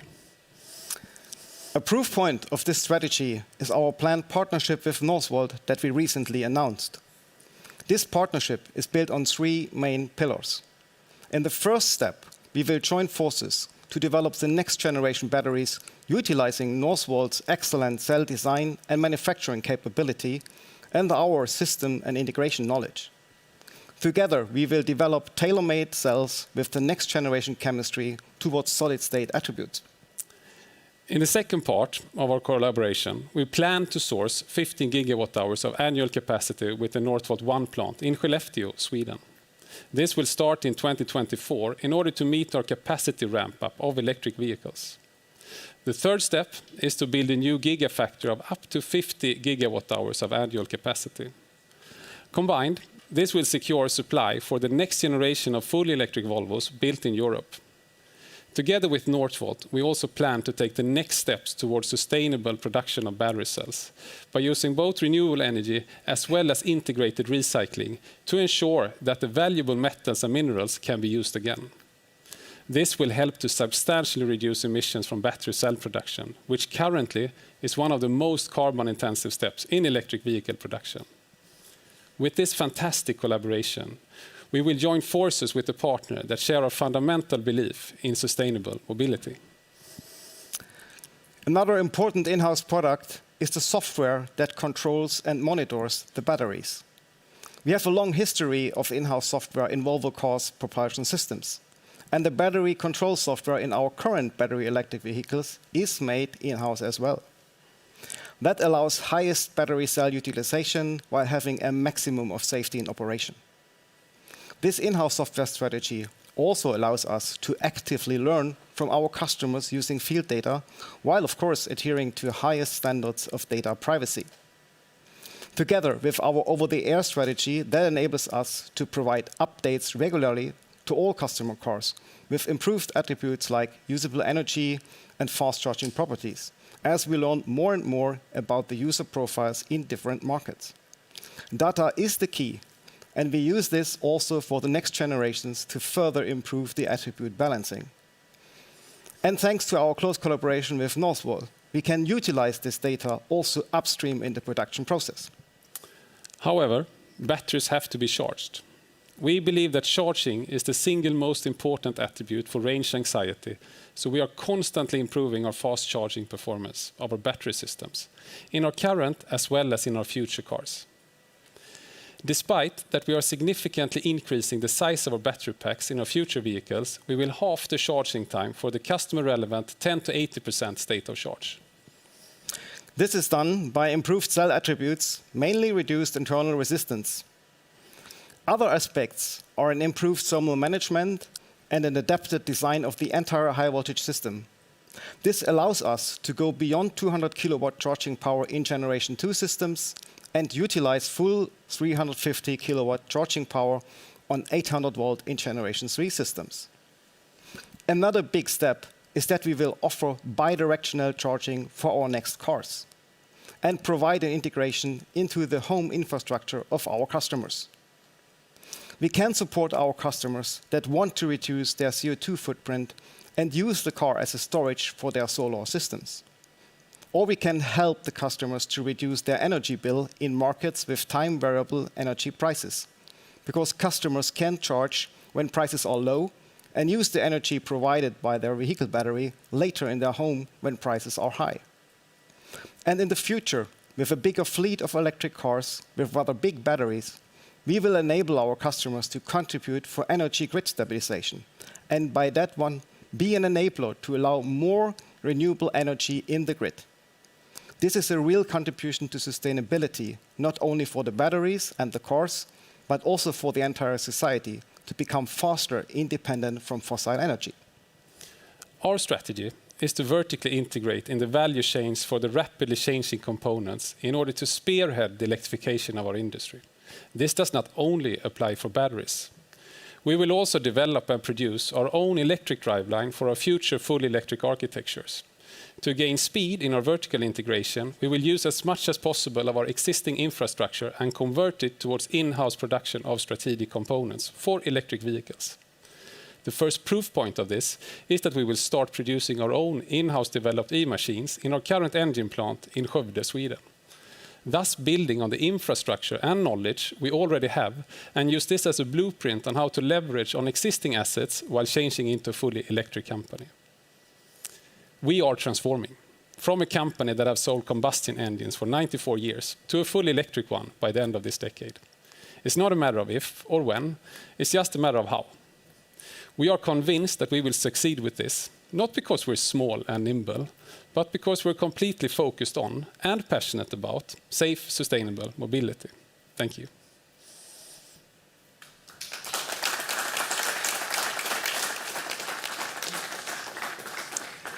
Thank you, Lutz and Erik, and please come and sit with us in the sofa. And Also a very well and warm welcome to you, Peter, our newest member in our family. I hope it's okay to call it a family now when we're partners. It feels like we have known each other for quite a while, though, so it's not new in that sense. Absolutely. Thank you. So let's kick it off immediately, Peter, with a question to you. So we could hear Lutz and Erik here talk about all the benefits that we as Volvo Cars see with this partnership. We're talking about what is clearly an essence for us to achieve. It's sustainably produced batteries. It's to have batteries that are tailored to fit in our floor and to actually achieve exactly the attributes that we are looking for: long range, fast charging speed, etc., perhaps over peak power. And we want to build this competence in-house. But what's in it for you, Peter? Why did you choose to partner up with us? I think it's a couple of reasons. One is definitely that this partnership allows a very important integration for us. The battery and the battery cell and its active material is only as good as the way it's being integrated into a vehicle. I mean, we today see similar type of battery packs being integrated in vehicles, but with very different performances in driving range and in cycle life, etc. So the combined know-how to work together, I think, will also help us develop more appropriate products for the future mobility. Then obviously the volumes that Volvo comes and this partnership comes with allows us for scale, and then benefit those scale benefits in driving cost, which is a key to reach all parts of the product segments that will be applied for electromobility here in the future. Yeah, and you mentioned cost, Peter, and just to update you what we talked about here before you joined us, we talked about core computers, we talked about LiDARs, we elaborated on the cost for those to have them standard in the vehicle. But to be frank, I mean, the battery is sort of standard in the vehicle, and the cost for the LiDAR is pretty peanut compared to the battery. So how do you see the cost of batteries progress going forward? Well, I think we've seen over the last 5 years a dramatic cost reduction on batteries, driven both by increased energy density, but not at least by the scale effects that comes with the automotive industry transforming. And as we look forward, I think there's three different components that will determine how far down the cost curve we go. One is achieving even further scale benefits. Just as a reference point, when we started Northvolt, we thought that a 30 gigawatt hour factory was kind of the maximum economy of scale, and 4 years later we're looking at the doubling that size up here in Skellefteå in order to achieve the full economy of scale. So that's one part. The other part is all the raw materials and the components that goes into the battery, where we need to build an ecosystem. We need to build the factories, really effective factories that supports this in Europe in order to get just-in-time concepts, in order to reduce the carbon footprint and to reduce the cost. That's the second part. Recycling will also reduce the total cost, as we see recycling at scale will provide lower input material cost compared to prime material. And lastly, I mean, energy density will continue evolving. We just acquired a company in Silicon Valley, Cuberg, which is building lithium-based anode structures combined with a new type of electrolyte that has a pathway towards the 1,000 watt-hours per liter that you talked about, and beyond. And energy density, getting more out of the material, is the third key aspect of cost reductions. Thank you, Peter. So if we move over to you here, Håkan, listening to the potential for further cost reduction of batteries, but still, will an electric vehicle ever achieve or even improve its gross margin compared to an internal combustion-driven car?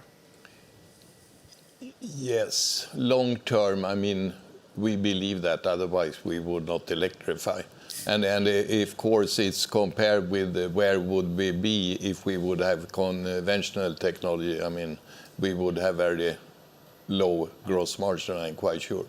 But we also, of course, need to be realistic. I mean, we always believe that with new technology, the price will go up.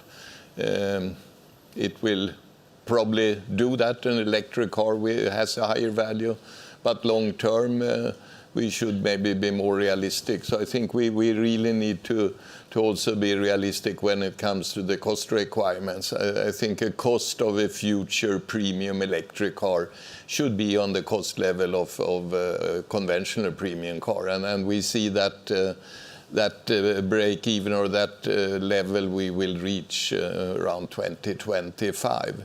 And that, I think, means that we are quite sure that we will have a better profitability, higher margins here mid-term with electric cars. So we're not expecting our entire customer base to just pay 20% more for a car? Of course, when new cars come out, they will be very attractive, electric, fast, super acceleration and silent. Right now, customers pay more for that. But I mean, realistically, long term, that will go down. And then it's very important to work with the cost side as well. And I mean, that's, as Peter said, that's why we really need to work together, because it's very difficult to just lower costs by trying to be tough in requirements or targets. You need to really find the cost savings, and we need to do that together. So moving from cost over to sustainability, I mean, sustainable is part of our purpose, and you also mentioned recycling and sustainability when you opened, Peter. So can you tell us about why is sustainability different in Northvolt than in other companies, the way you see it? Well, I mean, first, if you look at the vehicle in total, basically 80% of the carbon footprint building a vehicle is steel and batteries is by far the biggest carbon footprint of it all. If you then look at the battery side, you can basically say that half of the carbon footprint is producing the battery, half of it is the raw material processing and the component. This is because it's so energy intensive to produce both the material that is needed, as well as the actual cells. When we're building up here in Skellefteå, where we have 100% hydropower feeding our factory, we're basically cutting the entire manufacturing carbon footprint down to zero. And so then we have the raw material piece, where recycling to reduce the prime material and use recycled material that we recycle again with renewable energy, that will take out a real chunk. And then when you're looking at also the raw materials and the processing plants, etc., we are very strongly driving to get really low carbon footprints of that, building those supply chains also in Europe and in environments where we can bring it down. So our long-term objective here over the next 10 years is to take the current battery carbon footprint down with over 90%, and the first 50% comes, by manufacturing in the setup which we have here in Skellefteå. You mentioned recycle and raw material. How do you see the future progression of that? Will there be a scarcity of raw material that demands recycling, or will there be a competing business between sourcing and mining new raw material versus recycling? I think recycling will be a necessity. I mean, we can't afford putting the battery anywhere else than recycled and rebuilt. So the circular flow is super important. But then, by recycling and what we have developed in Northvolt is a process to some extent a proprietary process where we are using hydrometallurgical processes to separate the raw materials. Utilizing also renewable energy in those processes. These processes are significantly more energy effective than, for example, processing lithium hydroxide, which is very, very also energy intensive. And if it's done in coal-based economies where it's mostly today, just the lithium hydroxide processing could be 400 to 500 kg of CO2 footprint in a vehicle. And we think, in the combination of building new supply chains with better processing together with recycling, we can almost remove that entirely. Exciting. Thank you, Peter. Let's see what the audience has to say about that. Are they curious about batteries, Nikki? Absolutely, lots of questions here. So let's start with one about the raw materials and related to the cost. What's the ratio of raw materials to the total cost of lithium-ion batteries? If demand increases and raw material prices increase, how do we reduce the cost of the raw materials and keep the cars affordable? Is that for me? That's for you, Peter. A good guess. For sure. One thing that we should remember is lithium, for example, is one of the most common raw materials on Earth. So as demand increase, it is also reasonably easy to increase output. So I'm not too worried of that the raw material prices will dramatically increase over that. What I am a little bit worried about is the processing capabilities, because batteries really require high performance materials, and these processing capabilities could come with some premium over time. But I think us being involved and also working together with Volvo on building long-term stable supply chains will protect that. Overall, raw materials is the biggest part in a battery. It's roughly two-thirds of the cost in a battery comes from raw materials and components. Great. A question directly here for you, Håkan. When you talk about achieving ICE and BEV cost parity by 2025, is that in the car's price or total cost of ownership? No, it's the cost of the car. I mean, the cost of building it. And I mean, that's half of the profitability. The other is on the price side, the value of the car, which you very difficult to know. But I mean, an electric car should be for sure more attractive than a combustion one. But you're not accounting for the cost of gasoline in that comparison? No, it's a cost for the car itself. Yeah, it's a good point. And of course, the cost of driving the car will of course also be lower. Electricity is per mile cheaper than petrol per mile. But we're talking cost of the car, which is great. And if I just can jump in with one thing there. Please do, Peter. Which I think is also very, very important. I mean, electric cars is significantly more energy efficient than combustion engines. So there is an inherent energy reduction and thereby a cost reduction in utilizing electric cars that is significant. And I think that will be benefiting all different customers and stakeholders. Great. Good point, Peter. Thank you. And let's touch on the Chinese market a little. It's electrifying very fast. Which platforms or components are common with Geely? Ja. Who should we route that question to, Nikki? I think to you. To me. I felt that. Well, I mean, we have collaboration projects with Geely, both on a commodity base, such as, for instance, battery cells, and we also have that on architecture and complete vehicle base. So we will continue to have that, and we will see a deep collaboration with Geely, both on parts, call it commodities if you will, and on complete cars. Good.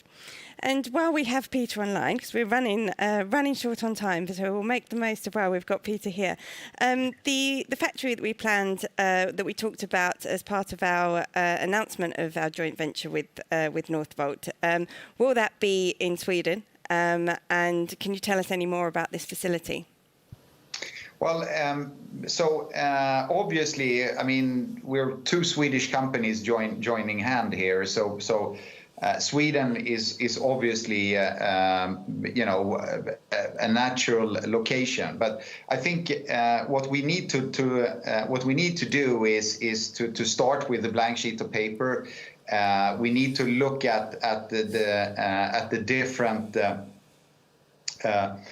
possible locations, and I think Sweden, but also countries like Finland has a very attractive energy mix that could come up with similar type of attributes. So I wouldn't say that Sweden is the only location, but I think both me and Håkan and Henrik would be very happy to announce a site somewhere in Sweden.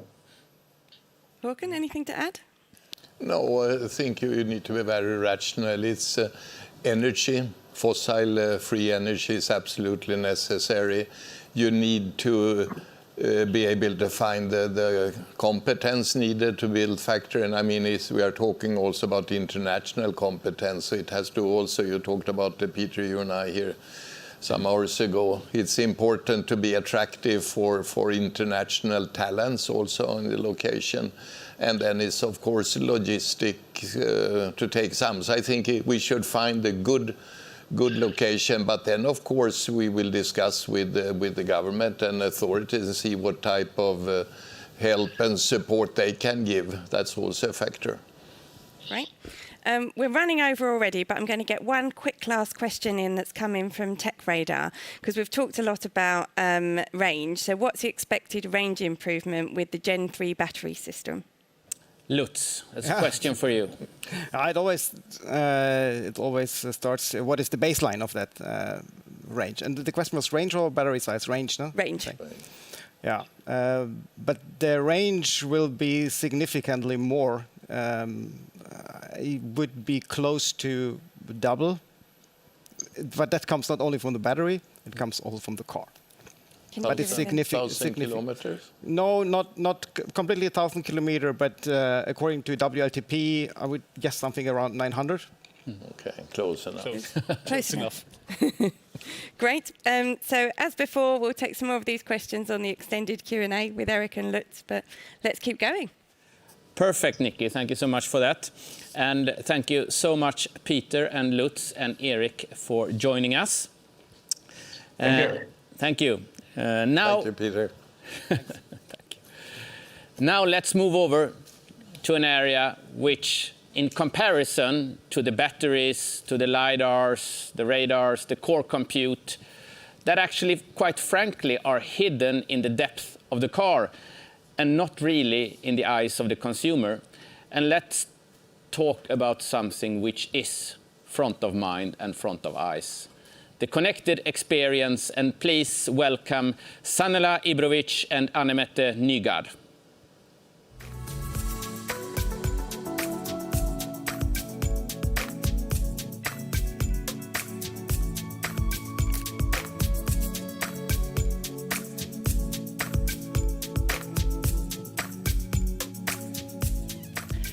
Volvo Car Group was the first company to introduce a car with an infotainment system powered by Google's Android Automotive OS, coming with the Google Maps, Google Assistant, and the Google Play Store, and with services from leading technology firms like Alibaba and SK Telecom in China and South Korea, respectively. The Polestar 2 and XC40 Recharge were the first cars to be launched with the system, and it received universal acclaim for it. As one of the best, if not the best, systems on the market, it brings an unmatched level of convenience and intuitiveness. It is a sign that we are evolving as a company. Now, we want to build on that success and to take our infotainment to the next level. We are taking this great open source platform and its ecosystem of applications and integrate it with our driving and safety systems. We are creating a completely new infotainment platform based on Android and packaging it for Volvo Cars customers, because we have listened to our customers and learned what they want. We are guided by 3 words: simplicity, serenity, and safety. We want to give you a sneak peek of some of our upcoming user experience and how we will get there. This is our vision for the next generation user experience that aligns well with our Scandinavian design philosophy. All technology you see today will help us create great products and services that connect to people's daily lives. Let's start by stepping into the car and look at the screen setup. A large center touch screen provides rich content, easy to see information, and responsive interaction. A high-resolution driver information screen shows the most relevant information related to driving. And then an optional head-up display helps keep key information in front of the driver without having to glance away. Through our in-house UX and development teams, we are applying the latest learnings and technology on our Google Android systems. Our in-house teams have been spending a lot of time together with the Google teams. And while it started with integrating technology, actually our collaboration developed into integrating our thinking around technology, UX, and safety. In that way, we helped each other get better at what we are passionate about. So, what is a safer user interface? Well, simple is safer.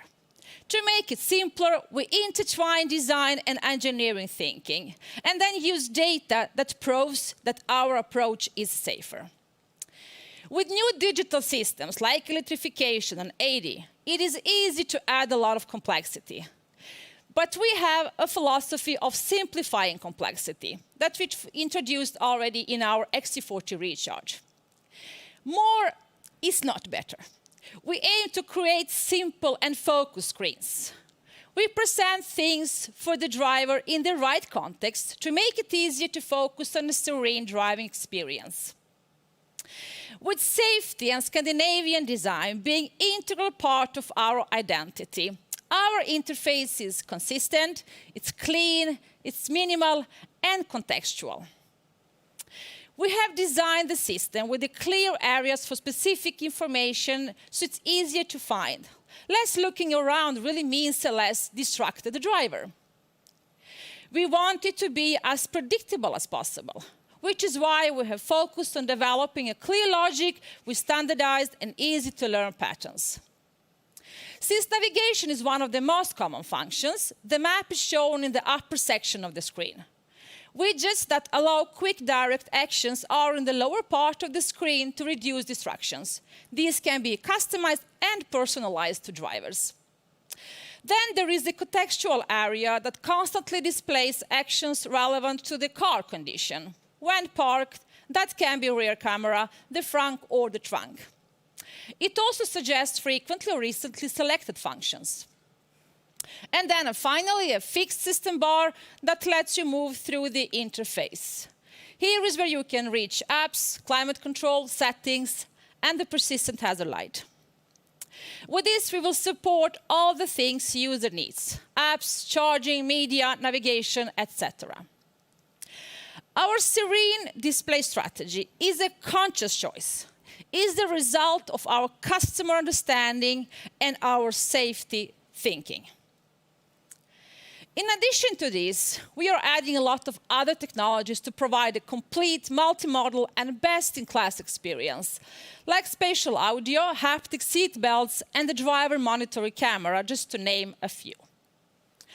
All of this is part of the Volvo Cars OS and will carry over to future cars, creating an ecosystem that we can continue to build on. With this as a foundation, we can build different brand experiences across the Volvo Cars group that still follow the same clear logic. It is designed to connect to you. We know that our customers are on the move and they want a seamless experience. And seamless is key in everything we build. Partners and platforms are important. However, our customers don't bother too much about how we solve technical problems with partners and platforms. They care about us being able to solve their problems. We have a vision, one mobile companion experience to access everything Volvo Cars. We build one app compatible with all of our cars for simplicity and serenity. The Volvo Cars app is a one-stop access point to the Volvo Cars ecosystem. Maybe you're getting a second car, it's still the same app. Or maybe you have an electric vehicle using one of our partners to charge your car. It's still the same app, but localized for US-specific needs. We want to connect with the customers in their daily life, and a mobile experience is a great way to do that. It can keep them connected to their car and any other services our customers find relevant. And the experience will be personal. It will center at what you need, no matter if you have a fully electric car, a gasoline power car, or a car that's yours sometimes. Features such as monitoring the upcoming delivery of your car, accessing your car using a digital key, or creating a total convenience experience with a loaner car, as well as pickup and delivery, are examples of improvements that make the everyday life with a car easier. I want to come back to the topic of solving problems for our customers. There's still obstacles in having a fully electric car, and it's perhaps the most important challenge that we can solve through the mobile app. It's about setting the car up for charging at home, it's about being able to easily charge wherever you are, and it's about knowing that you can reach your destination not worrying about anything on your way there. Again, we're leveraging our partnerships with Plugsurfing and Ionity and EMEA, and we have similar partnerships in China and in the US. However, we do that with full focus on our customers' needs. We are therefore fully owning our customer experience and making it totally seamless through the app. From setting up the account with different partners, planning your trip, managing and paying for your charging at the destination, or from remote. But to make this truly great, it requires in-house product teams that are fully dedicated to bringing the Volvo Cars experience to life and are passionate about providing something unique to our customers. So the mobile app is one part of the ecosystem, but we go beyond that. We do that. We are also making it possible to connect the car to other ecosystems. We know that technologies are evolving rapidly. So we want our platform to allow customers to connect to the ecosystem that are right for them. One example of that is the possibility to connect to home voice assistants. We want our customers to be able to control their car easily using their voice from the convenience of their homes. By issuing commands from inside their homes, customers will be able to control charging, in-car climate, and much more. But we also want our customers to be able to control home functions from the car, such as turning on the front door light and opening the garage door. We want to be a good platform for our partners as well. We will create close partnership with companies when we feel we can offer something better for our customers. Just like our technology and our platforms, we are also evolving as a company. And we have a clear purpose. We want to give our customers an easy way of owning a car that feels personal to them. We are a service-based company with a customer at its core, and software is taking a center part in every experience we give our customers. Using data-driven development, our product teams lead the way with purpose and set the direction using data, not only from our online channels, but also in our cars. We use data to understand our customers and tailor our services and products to them. And that's much easier when we own our software and the user experience. With our purpose, it's natural for us to do it ourselves. The software defines our cars and the very experience of our brand. Having in-house product and software development allows us to not only be quick and iterate faster, it allows us to innovate. Across car, cloud, mobile, and web, our teams test, build, measure, and learn with our customers. And this data-driven collaboration across our teams might be one of our strongest assets for the future. One key benefit of our tight team setup and over-the-air updates is that we can enhance the experience every day. We can deploy software over the air to the entire car, meaning we can activate and push brand new functions, for example, this within autonomous driving. We can also improve and enhance existing functions in our cars, and it also allows us to activate paid-for features connected to the mobile app. Coming back to people, all of this is only possible with a team of dedicated and passionate software developers, UX and product people. We attract the best because we have a great challenge to solve across both hardware, software, and society overall. We're open to outside developers creating new innovative services and in-car apps for our cars by making resources and tools available for free through our developer portal. We even see a future where our developer tools are open source, allowing all external developers to co-create with us for the future. So, Sanela, to wrap up. Yes, let's wrap up the key messages. We have a new, simple way of interacting with people in our cars. With our safety knowledge and learnings from previous systems, we have figured out what's the right setup for our customers. We have incorporated that into a safe, simple, and serene platform. Being part of Volvo Cars OS, this platform will carry over to future cars, creating an ecosystem that we can continue to build on. With this as a foundation, we can build different brand experiences across the Volvo Car Group.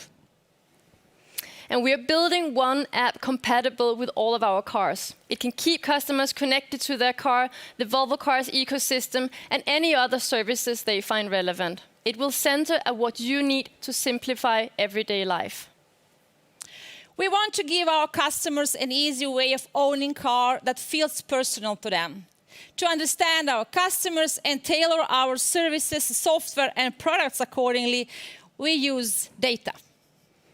And in-house development. Having in-house product and software development allows us to not only be quick and iterate faster, it allows us to innovate. Thank you. Thank you.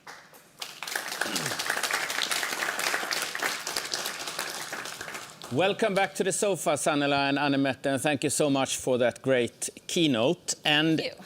Thank you.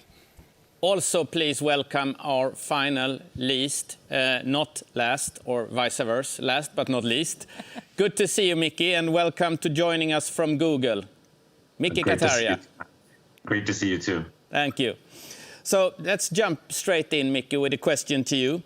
So we worked quite closely on this. Now we listen to the second generation of the Android infotainment system. We already, in a few cars today, present the first generation of the Android infotainment system. Let's just, the way we have talked about previous partners, how has it been for you, this journey together with Volvo Cars? It's not your traditional collaboration partner, is it? No, that's right. I mean, as you know, we've been working on this journey for so many years. I think back to 2016, when we had some of our early meetings talking about, hey, how can we evolve the experience in the car and really bring Android and Google services into the car? I think we took a really big bet on showing that future at the Google I/O event in 2017. And really built on that partnership over the years. Obviously, we had the first launch last year to the public in some of the early cars, and the pandemic has certainly slowed down our travels. And I miss my trips to Gothenburg, but I think the teams have been continuing to collaborate just more virtually over the last year. The product, people are talking to the product people. Our designers are working with the designers, and it's very, very surprising in a positive way for us to see how closely our visions are aligned, and that partnership, I think, has been super close, and I think Volvo has been a fantastic partner for us on this journey, continuing into the next generation. Thank you for that, Mickey, and truly likewise. If we go back a few years, and I remember the day when you first brought the idea to us of an embedded system. At that time, both us and other car makers offered what was around then the projected, the Android Auto projected and the Apple CarPlay projected. How come you came to the conclusion, let's build a real embedded system? Yeah, that's a good question. We get that a lot. I mean, we're super proud of Android Auto. It's reached, I think, pretty mass adoption in the market with more than 100 million cars that are running Android Auto, and it's continuing to grow. And we think it's not going anywhere. It's here to stay, and it makes sense in many use cases. There's two things that we realized, I think, that we're limiting in terms of what you can do from the phone when it comes to building a fully, what we kind of call a seamless experience. I think the first thing that we see is that when you have a phone projecting onto the screen in the car, the user has to switch between two different systems, right? If they want to use the onboard radio, let's say, they have one interface that they have to work with, and if they want to use Spotify or some other connected application, then they're switching to a completely different UI. And that's not a seamless or a great experience, right? I think as we've said in one of our meetings, no user asks for that, right? They want one seamless experience where they don't have to switch between two worlds. That's one thing I think that certainly pushed us towards doing something more embedded and working with Volvo to bring that together into this one seamless experience. I think the other one that we'll talk about more also is just that being more embedded allows us to create a more integrated experience that fits more seamlessly into the car as well. So not just into the main screen, for example, but also into the instrument cluster and other parts of the car too. Yeah, that's absolutely true. Thank you, Mickey. And by what you just said here, basically millions of cars will run on the Android embedded OS. And if we go to Sanela, and your job is to make all the Volvo customers super happy, how can they get the edge if we're all using the same technology base? I mean, being engineer and we as a company being tech company, of course, we cannot emphasize enough importance of the technology. But we are also very user-centric. And we have managed to build in that in our development teams, having the customer in the centrum and working with the end-to-end experience. And that is, I think, what we have managed together with the Google now, having this double dialogue across, making the system better, but we always start with our customers and their needs. So we will continue on that. And what Mickey just said, of course, I can go back to that. We have spent time together. Our teams are working together on the daily basis. Engineer to engineer, designer to designer, leader to leader.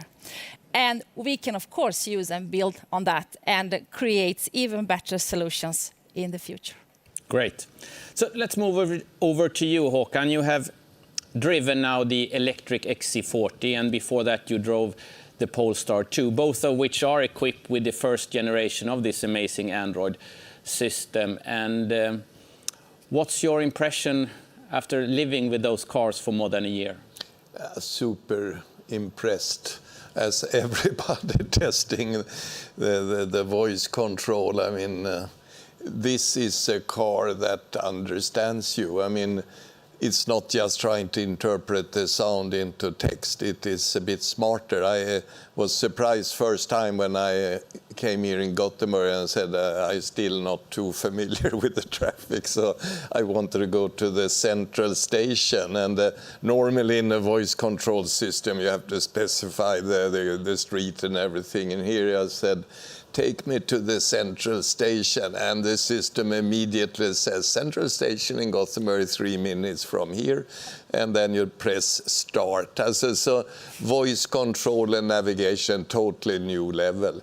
And then of course I think, which we will see more and more, as this is an open system, the sky is the limit what will be developed for these systems. You cannot compare it with having some kind of Volvo captive system where we would specify and develop each application. So I think this is the greatest step we have taken so far when it comes to in-car experience. I think we have the right platform to really differentiate here. Yeah. Yeah, I can really underscore on that, having those two cars myself for quite a while. So let's go back to you, Mickey, and say that, okay, this experience is amazing today, but what is really around the corner? What do you foresee as the next really breakthrough in car infotainment? Yeah, it's another good question, Henrik. I think there's a few things that are in the short-term horizon that I'll skip past and focus on longer term.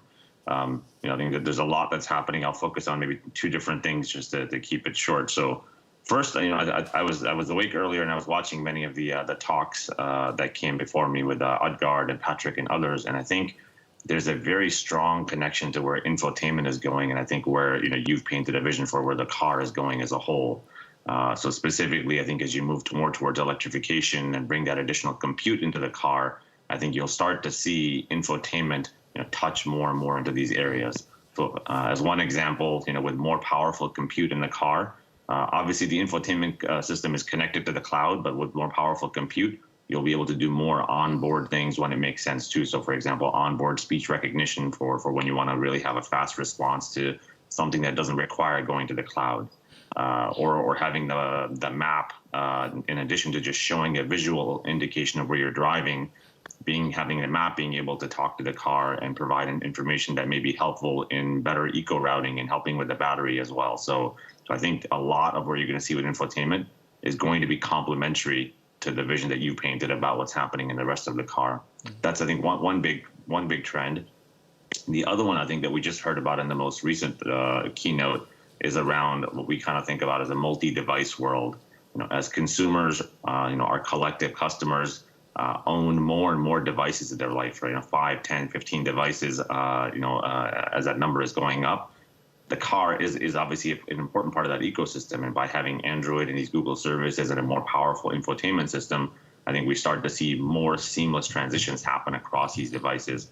You saw some examples about how the Volvo app is going to have you more connected to the car, right? And imagine now having similar connections to the watch, right, or a smart display or a tablet in your home, and just making those experiences very, very seamless and providing this continuous journey where a driver or a customer in a car doesn't have to think about, hey, how do I kind of move from one device to another? So I think those are the two big trends that, two of the many, I think, big trends that we're going to see in the next generation of infotainment.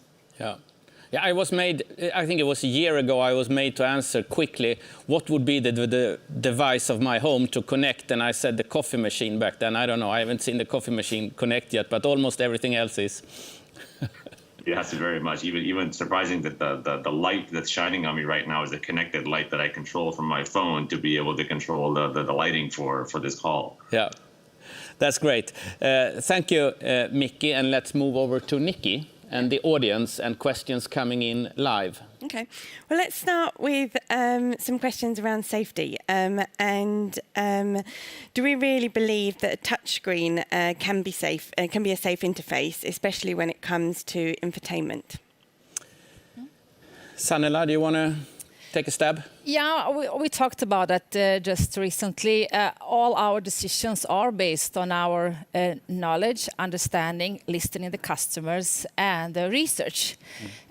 We have complemented that with a very good voice assistance as well, and the information that is shown on the central display is chosen carefully how and when. Contextual information, but also in relation to the driving speed. So yes, we have that complete picture that we are based, again, on the knowledge, research, and listening to the customers. Yeah. Good. I think I would like to just add to that. I mean, you can see trends going in more and more screens, and I mean, we research really deeply on this area, which is, of course, key to us. And ice off the road is critical, and you need to minimize ice off road. And I would rather see the trend, as you alluded to in your picture here in your keynote, that screens becomes fewer. What you show needs to be really simple, and then you will be quick to action, and even better, you will use voice. Yes. And do you see the infotainment system and over-the-air updates as a new business model? Could we be charging owners extra for new features and services as part of this?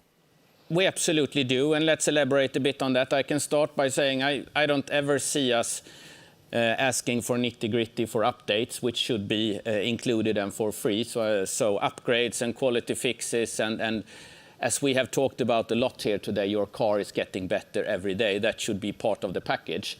On the other hand, I see a significant business opportunity on the really valuable things we have talked about here. We talked about ride, for instance, which would be an amazing unsupervised function, obviously a great business opportunity.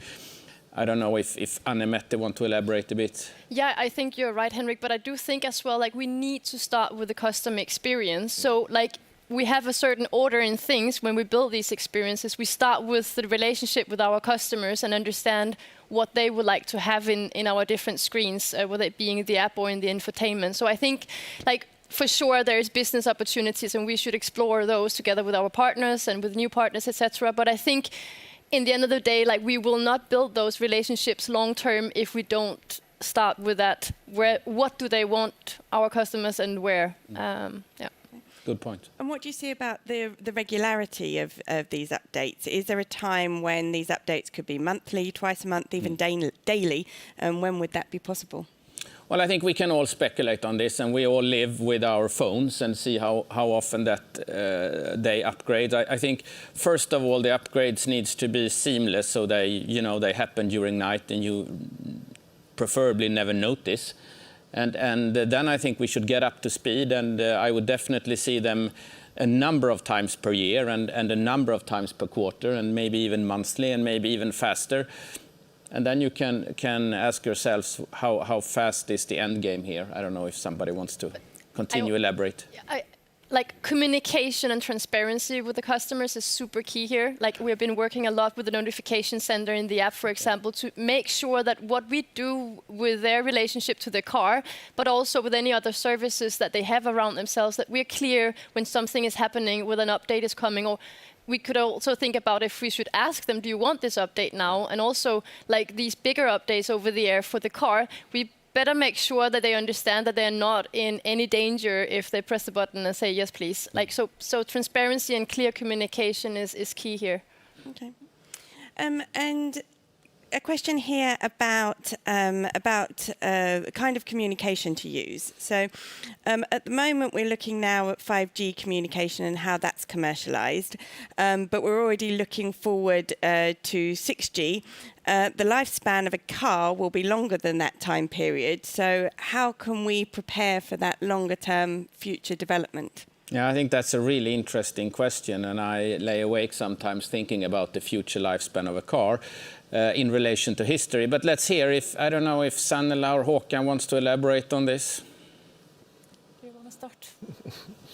No, I think it will be difficult for the hardware to really live that long. So I think we need to think about, okay, two things. Be a bit generous when you dimension the hardware from start, so there is room to grow. But maybe also have a system where it's easily to upgrade it, because if a car, say, should live for 10 years, I don't see computing hardwares to live that long. So if you could upgrade after maybe a half time, I think would give the car even more functionality in the last 5 years. But you know better. Yeah, hardware software separation is important here. So to make us distinguish these two life cycle kind of and acknowledge the difference there. And then we are also talking about upgradable hardware. So let's see how far we come there. Let's hear what Micke has to say on this. You now live with the auto industry, and that's not your typical handheld device doesn't have a longevity of 30 years traditionally. What's your view on automotive here in upgradability and lifetime? Yeah, I think Håkan and Sanela hit on the right point. It's a multi-pronged strategy. I think it's important to start early. It's important to have hardware that is key. I think that's why I'm excited about the high-end compute that's coming to the car that's going to last longer. I mean, we'll do our part to make sure that the software and services can work on that hardware as long as possible. But still, I think as the average lifetimes of the cars get longer and longer, I think we will have to introduce some notion of hardware upgradability as well. And I don't think it's actually people already have some of that expectation with cars, right? Obviously, you upgrade the tires, right, or other parts of the car over the lifetime. So I think it's actually a natural concept to bring into the computer in the car as well. And it would have a value also. So I mean, after 5 years, you would get something valuable. Good. We're over time already. So Sanela and Anna-Metta are going to join the extended Q&A stream. But just a quick reminder for those watching, we're going to take a short break from the extended Q&A while we take our final keynote. So they will be joining that extended Q&A in roughly 20 minutes after the closing remarks. So we'll come back to you then. Thank you. Thanks. So with that, Nikki, I guess we say thank you so much for joining us. Micke Kataria from Google. Thank you, Anne-Mette, and thank you, Sanela. And we will move over to the final part of this Tech Day. We have seen technology from different parts and different areas interact with each other and how they can play an important part in our future. The core computer, the connected experience, the batteries that provides the range and the fast charging. But now, how does that come together to a car?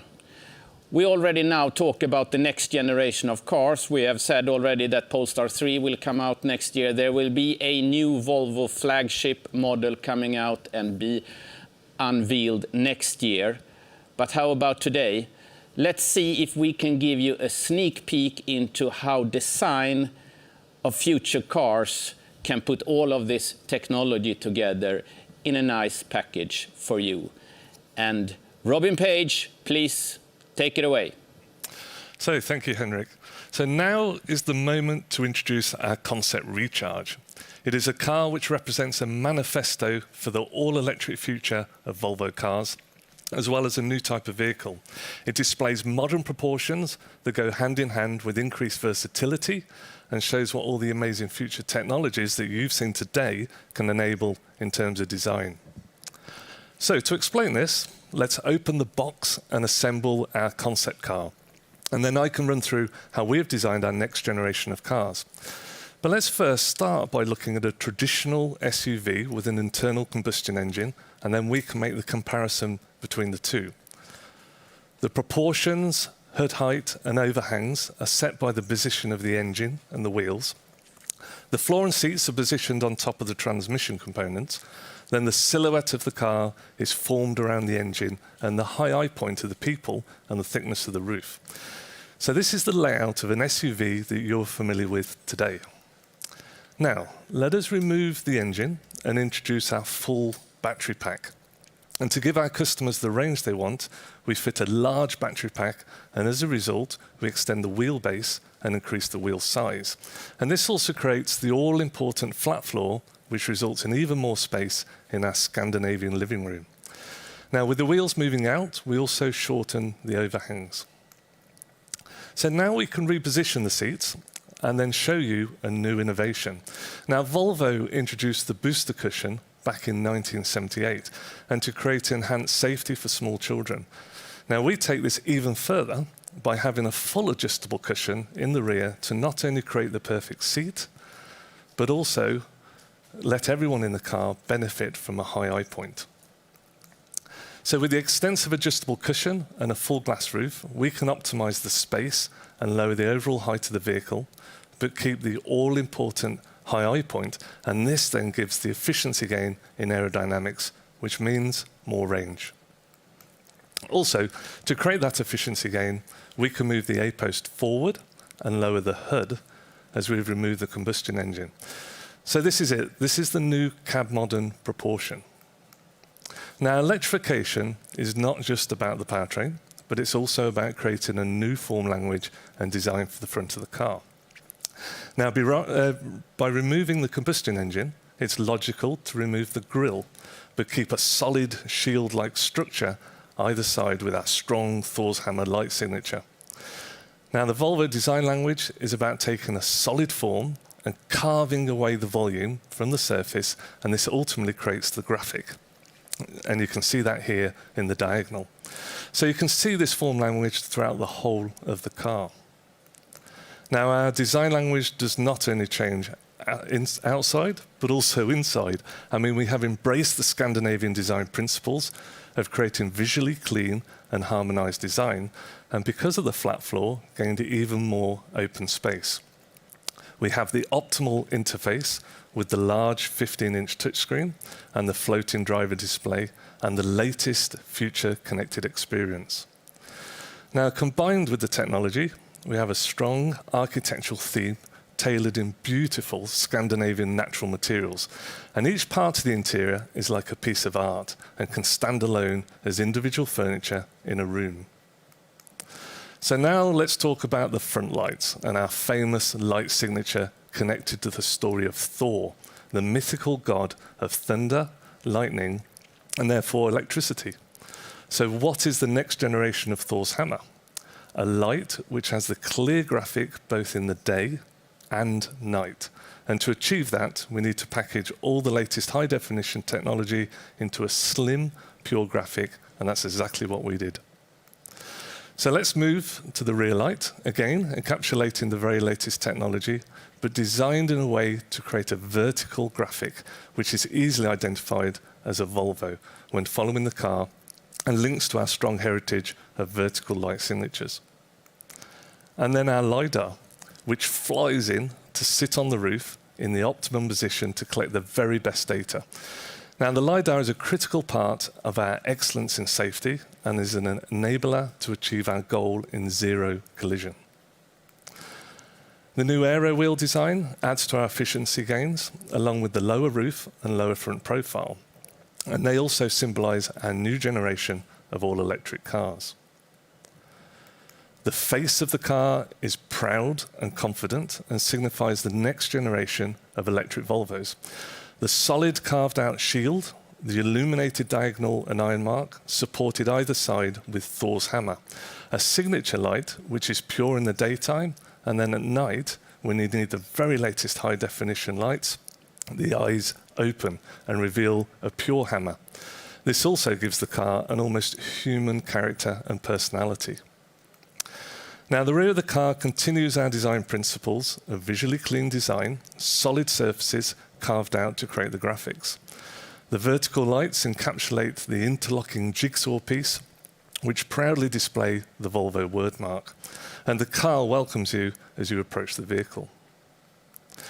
So now we move from the exterior into the interior. And you see our latest touchscreen interface is not only seamlessly connected to your life, but it's also the rest of the car. It breathes and lives as one. When the screen comes alive, as you sit in the car, the lights flow into the illuminated backlit wood and then moves across the car and into the doors. And with our future connected experience, you enjoy all the features of full connectivity designed to be serene, intuitive, and logical to use. Then we move into a virtual scene where the car's many sensors come to good use in real-time traffic. As part of the optimal aero efficiency of a lower roof, we have blades which extend from the rear lights to enhance the airflow at the sides of the car.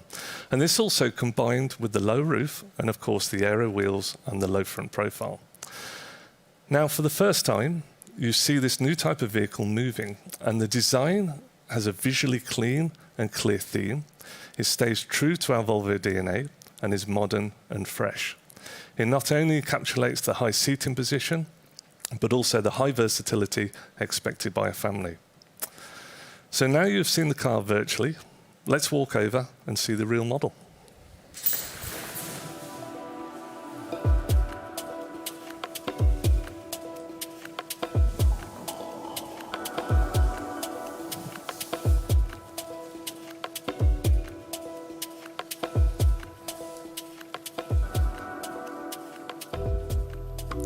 So here it is, Concept Recharge. And this really encapsulates all the technology that's been talked about today. It's a new type of vehicle, and it really is the new electric proportions. Inside, you can see that we have the high seating position at the front, so that's the high point, and the same on the rear. We have easy entry exit, and also great versatility. But with this car, you've got the lower roof that we talked about, and also the lower front as well. And when we come to the front of the car, you can see that we've taken away the traditional grille, the open grille, and instead we have now a new shield. And this shield is a great background for the iron mark and the diagonal. Then either side of that, the car is supported then with the next generation Thor's hammer. And you can see here, this is the Thor's hammer in daytime, and then at night time, the high definition lights come forward, and that becomes an expression to the car. You could even greet your friends and neighbors with the moving eyes. Then on top of the car, we have the LiDAR set in that critical position to give us the very best data for our journey towards zero collision. We come to the rear, and you can see here we have the vertical lights, which are true to the Volvo DNA, and they lock in the center panel across the back. Now, this is a really great example of the form language of this car. We've taken a solid form, and we've carved away the surfaces, and this then creates the graphic. And this principle is carried out throughout the whole of the car. So now, let's have a look at the interior. And the interior basically shows that first benefit from the fact we have a full battery pack. It's got this big open flat floor, big open space in the front and the rear. And that's where the technology really plays off to create a Scandinavian living room. In the center, we have the large 15-inch touchscreen and also the floating display with our next generation user experience. Also, you can see, and I'll move to the side, in the rear of the car, there's a cushion of the rear seat that's elevated. So that's for a small child. They can move it into that position, and then they can enjoy the high seating position, the high increased safety, and then their eye point is the same as the rest of the passengers in the car. The whole of the interior is trimmed in natural, sustainable materials, and overall it gives a fantastic Scandinavian living room experience. And for me, this car really delivers on our company purpose, which is personal, it's sustainable, and it's safe. Okay, over to Håkan. Thank you very much. Thank you, Robin. I think we're all excited seeing what can be achieved with our new technical base, our new architecture. An architecture really fully electric, only electric, central compute, and with the safety technology delivering really the safest car available. And this is really exciting, and we will then have the real first cars coming out next year. It will be launched.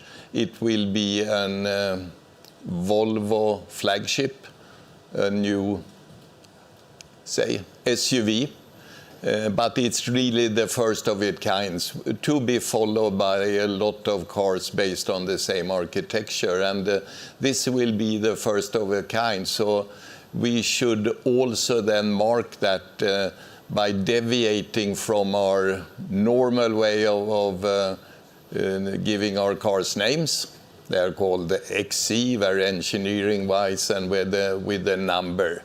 So really to mark this is a first of its kind, first of the next generation Volvos. This car will also have a name, more like a child.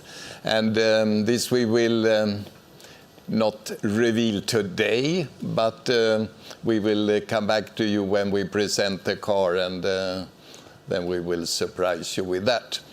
So with that, I think I leave to you, Henrik, to summarize today's event. Thank you, Håkan. And I think I would like to say, which may be the only few things which have not already been said. We talk about the future generation of cars. They can all be part of one, if you will, new architecture. I think what is key here is that we are no longer talking about platforms with longevity of 8 years, and then we have platform 1 and platform 2 and platform 3. We have seen, which is entirely new for me, and I've at least been here for more than 20 years. We're talking about multiple generations of the same technology at the same time. We looked at batteries generation 1, just recently launched. We're talking about generation 2 that will be launched next year. And we already here today talk about generation 3. In the same way, in the core system, we looked at different generations, how we go from the distributed system to 2 core system, merging into 1 core system. And these will not necessarily always coincide in platforms, because the rapid transformation that we see in front of us right now requires each and every part of the car to develop and evolve as fast as possible into new generations.